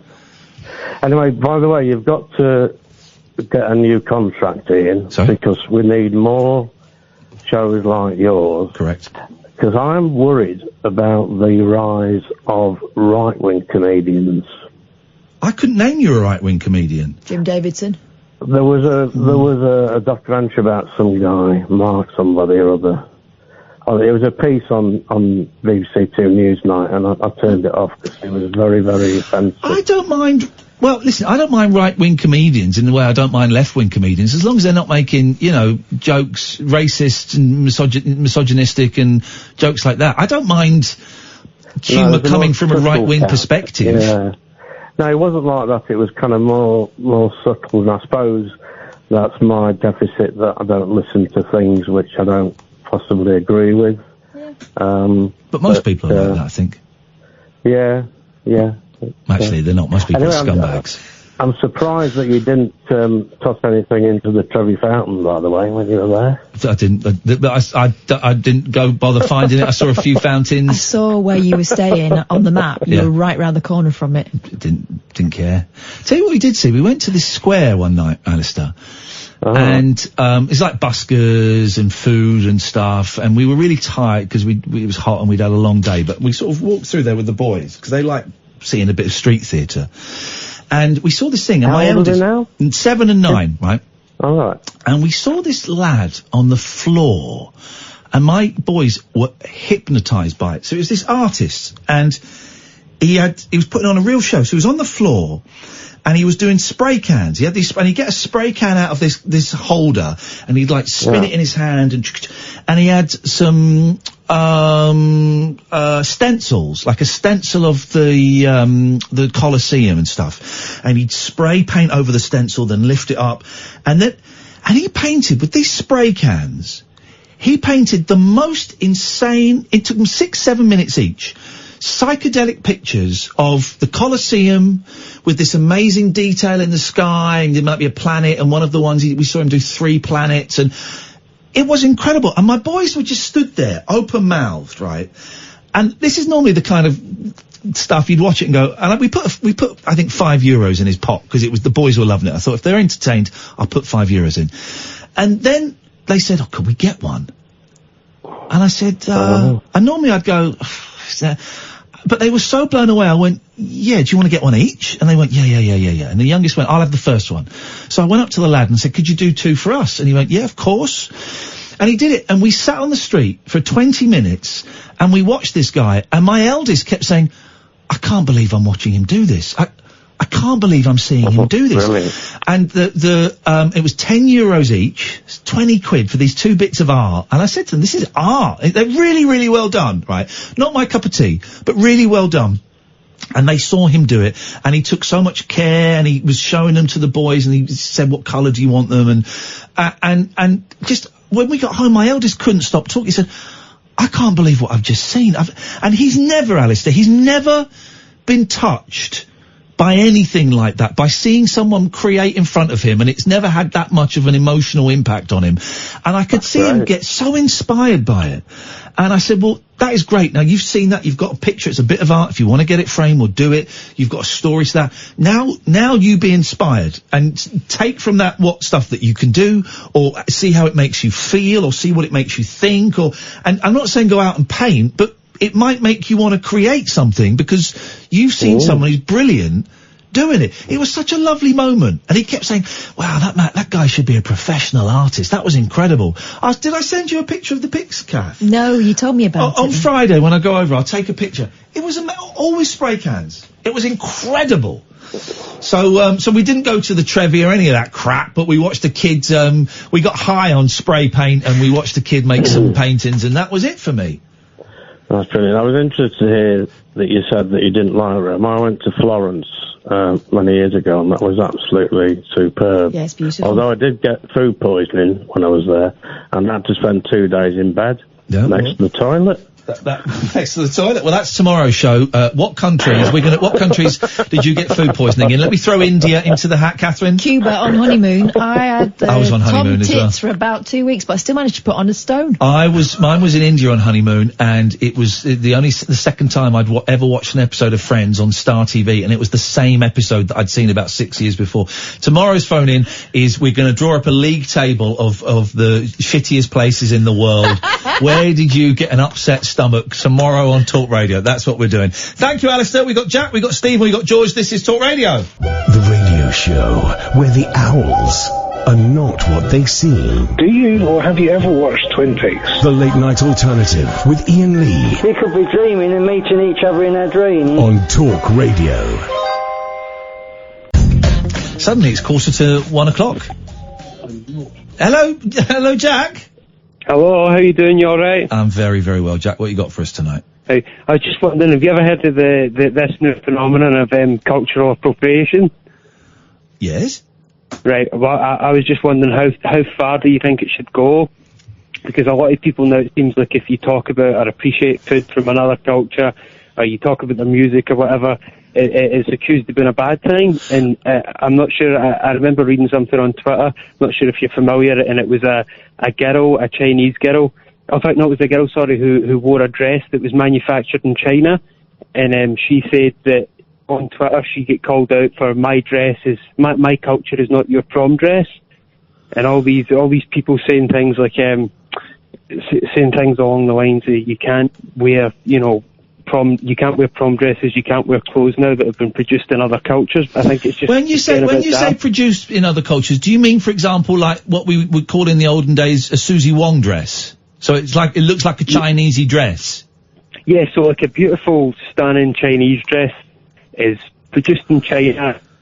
Well, I think you've gone slightly too far. You can certainly enjoy foreign food, but wasn't Jamie Oliver called out recently for cooking jerk chicken? Do you remember that, Catherine? There was something like that. Jerk chicken. So he was called out of that girl. Yeah. And she's wearing a long. What's the name for it? It is what you think of. And they are doing the. They're doing the hands, the old. But then. But here's the thing, who called her out? That's also the question that needs to be asked. Sometimes it's people calling out who just happen to have very loud voices.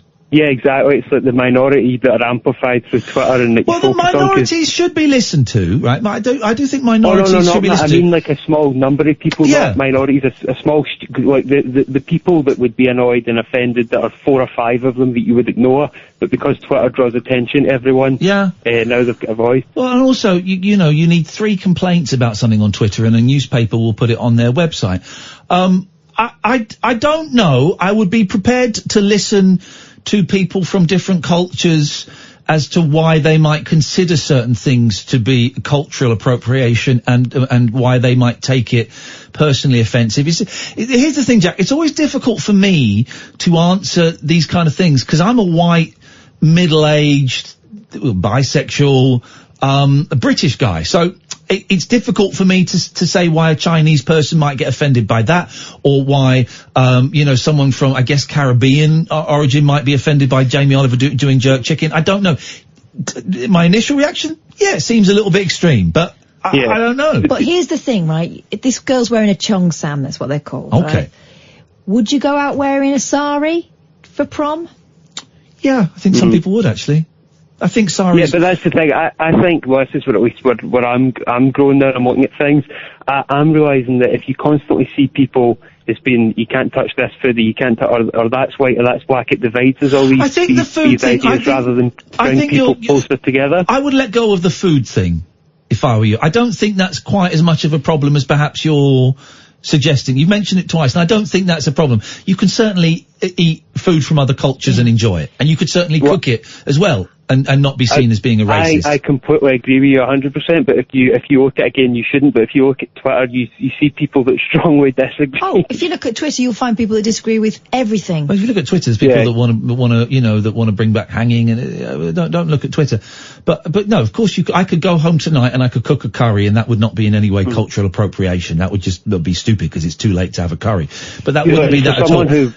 You guys obviously work in media, so I was just wondering, for someone who, I'm nothing to do with media, so when I'm walking around day to day, I don't see people in terms of being black or white or Chinese. I see people for their ideas, not the colour of their skin or whatever, and I see them for their individuality, not the way they look.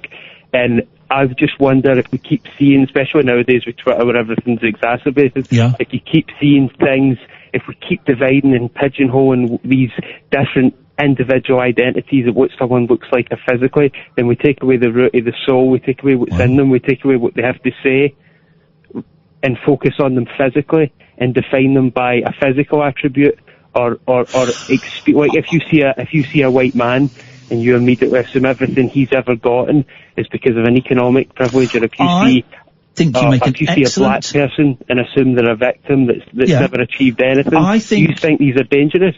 I think you make an excellent, well thought out point. But also I think it is more than physical. It's cultural. That's why it's cultural appropriation. It's not necessarily a physical appearance thing. It's the distillation of people's culture. I wish you'd called earlier than bloody 1:45 when we're about to end the show, Jack, because this is a cracking one. Just a wee bit. Well, the thing is, I want to be a writer, so I'm doing writing in film and TV and media, and I can tell you everything about film and television. But for someone who writes, it's now creeping into media. This don't write that in case it upsets someone, or you're white, you shouldn't write about that. No, but don't tell someone else what their experience is when you have no idea. That's the thing. It's about sensitivity, isn't it? Exactly. Well, I remember arguing with someone once, and they says to me, every single young white man you'll ever meet has always been privileged. And I said, well, what about the young men that, were in the trenches in the World War shaking, and they were seeing their friend's head getting blown off, and the person says to me, well, at least they got to go to war in the first place, as if they were enjoying it. It's a tough one. Yes, people born in this country of any colour are certainly more privileged than people born in significantly poorer, war-torn countries. The privileges, of course they are. But within those communities, there can also be people who are more privileged than people who have, there are loads of white working class kids that have nothing, no privilege. It's a really tough one, Jack, and it's I've got to take 2 more phone calls, but give us a call again. In terms of writing, I would say write whatever you want to write. Yeah, definitely. 100%. However, be prepared to be called out if you write about stuff you have no understanding of. Like, we went to that play the other day that was written by an old American guy who clearly didn't understand the Me Too movement. He tried to make something funny out of what was obviously a story very, very similar to the Weinstein case, and he didn't get it. And he showed himself up. But he was allowed to write that and perform it, and we were allowed to say it was a load of old crap. Yeah. That's the thing. And the good thing about Twitter, guys, is it's always get a mute button. Exactly. Thank you very much indeed, Jack. It was a nice call. I enjoyed that. I like that. We haven't had many of those calls where I have to think for a while. So, Jack, give us a call again. I appreciate that. Thank you. Hello, Steve. Hi, Ian. How you doing? I'm all right, thank you, Steve. What you got for us? I just phoned up to say I'm glad to hear that you're happy. Thank you. And it's your show that's actually made me quite happy recently. I was listening to Alistair earlier. Yeah. I think, has he been with AA for a little while? I think so, yeah. It seems to be how he's turning things around. Yeah, it was him and your show that inspired me, actually. I was, been depressed for a while and, sort of not knowing where I was going. And I think I heard Alistair about 3 months ago, maybe, when he sort of first, sort of announced that he was going and sounded a lot better. So it's festive with me for a couple of weeks, and now I've been going a couple of months, and I just feel amazing. How's it going? It's going brilliantly. Yeah, I've just finished my 3rd step, which handing my will over to God and getting rid of bondage of self. Now you're on to step 4, the big one. The big one. It's better. I don't know what your feelings are, but I know a lot of people get worried about step 4. It's brilliant. 4 and 5. They're the ones, man. They're the ones that really start clearing stuff. Yeah, my sponsor was around this evening. He just wrote out the format for me. Beautiful. So, do it. Dive in. Don't put it off if you can. Just dive in. And it is hard work, but once you've read step 4 to your sponsor, man, that's when things really start changing for the better. Oh, that's good to hear. Yeah. I've been nervous because you see the steps at the meeting, and my first couple of meetings I was looking at step 4 thinking, my God. I've got to write down everything shitty that I did. All the sex stuff and all the stealing and all the stabbing people in the back and all of that. Yeah. But here's the thing. I'm doing my step 1 with my new sponsor, and I told him about being bisexual, and I told him some of the stuff that I'd done, and he went, right, yeah. Well, let me tell you what I did. And then he rattled off stuff that he did that was equally as bad. Was the same level as what I'd done. And it was like, whoa, you've done that? And that's what it is. And your sponsor would probably be the same. I'll go, right, you did that. Well, I did this. Yeah. And it's a step 4 and 5 are beautiful, man. Oh, I can't wait. Yeah, I really enjoyed step 3. It took me a couple of weeks to get it. Yeah. And, this is great. I got sort of, Saturday night I was up till sort of like 1 o'clock in the morning, and it just it was like a door opening. I could see the light coming down the side of the door. Yeah. It's like, wow. Steve, I've got to go because we're coming to the end of the show, but Okay. thank you so much for sharing that, man. That's made my night. It really has, and you keep coming back. Yeah, lovely. I Thank you, brother. I was Desi with you a couple of weeks ago, so yeah, I'll speak to you soon. Nice one, Steve. There you go. Wasn't that lovely? The steps, man. They do the job. Right, we're running out of time very quickly. Tim, we haven't got much time, I'm afraid. Oh, well, I'm sorry, because I've got a good story. Well, I'm sorry, I've only got 2 minutes. Well, okay, quickly. Okay, basically, my dad phoned you a while ago, and you declared him as a really good caller. Yeah. And this is a story I tell on my first dates.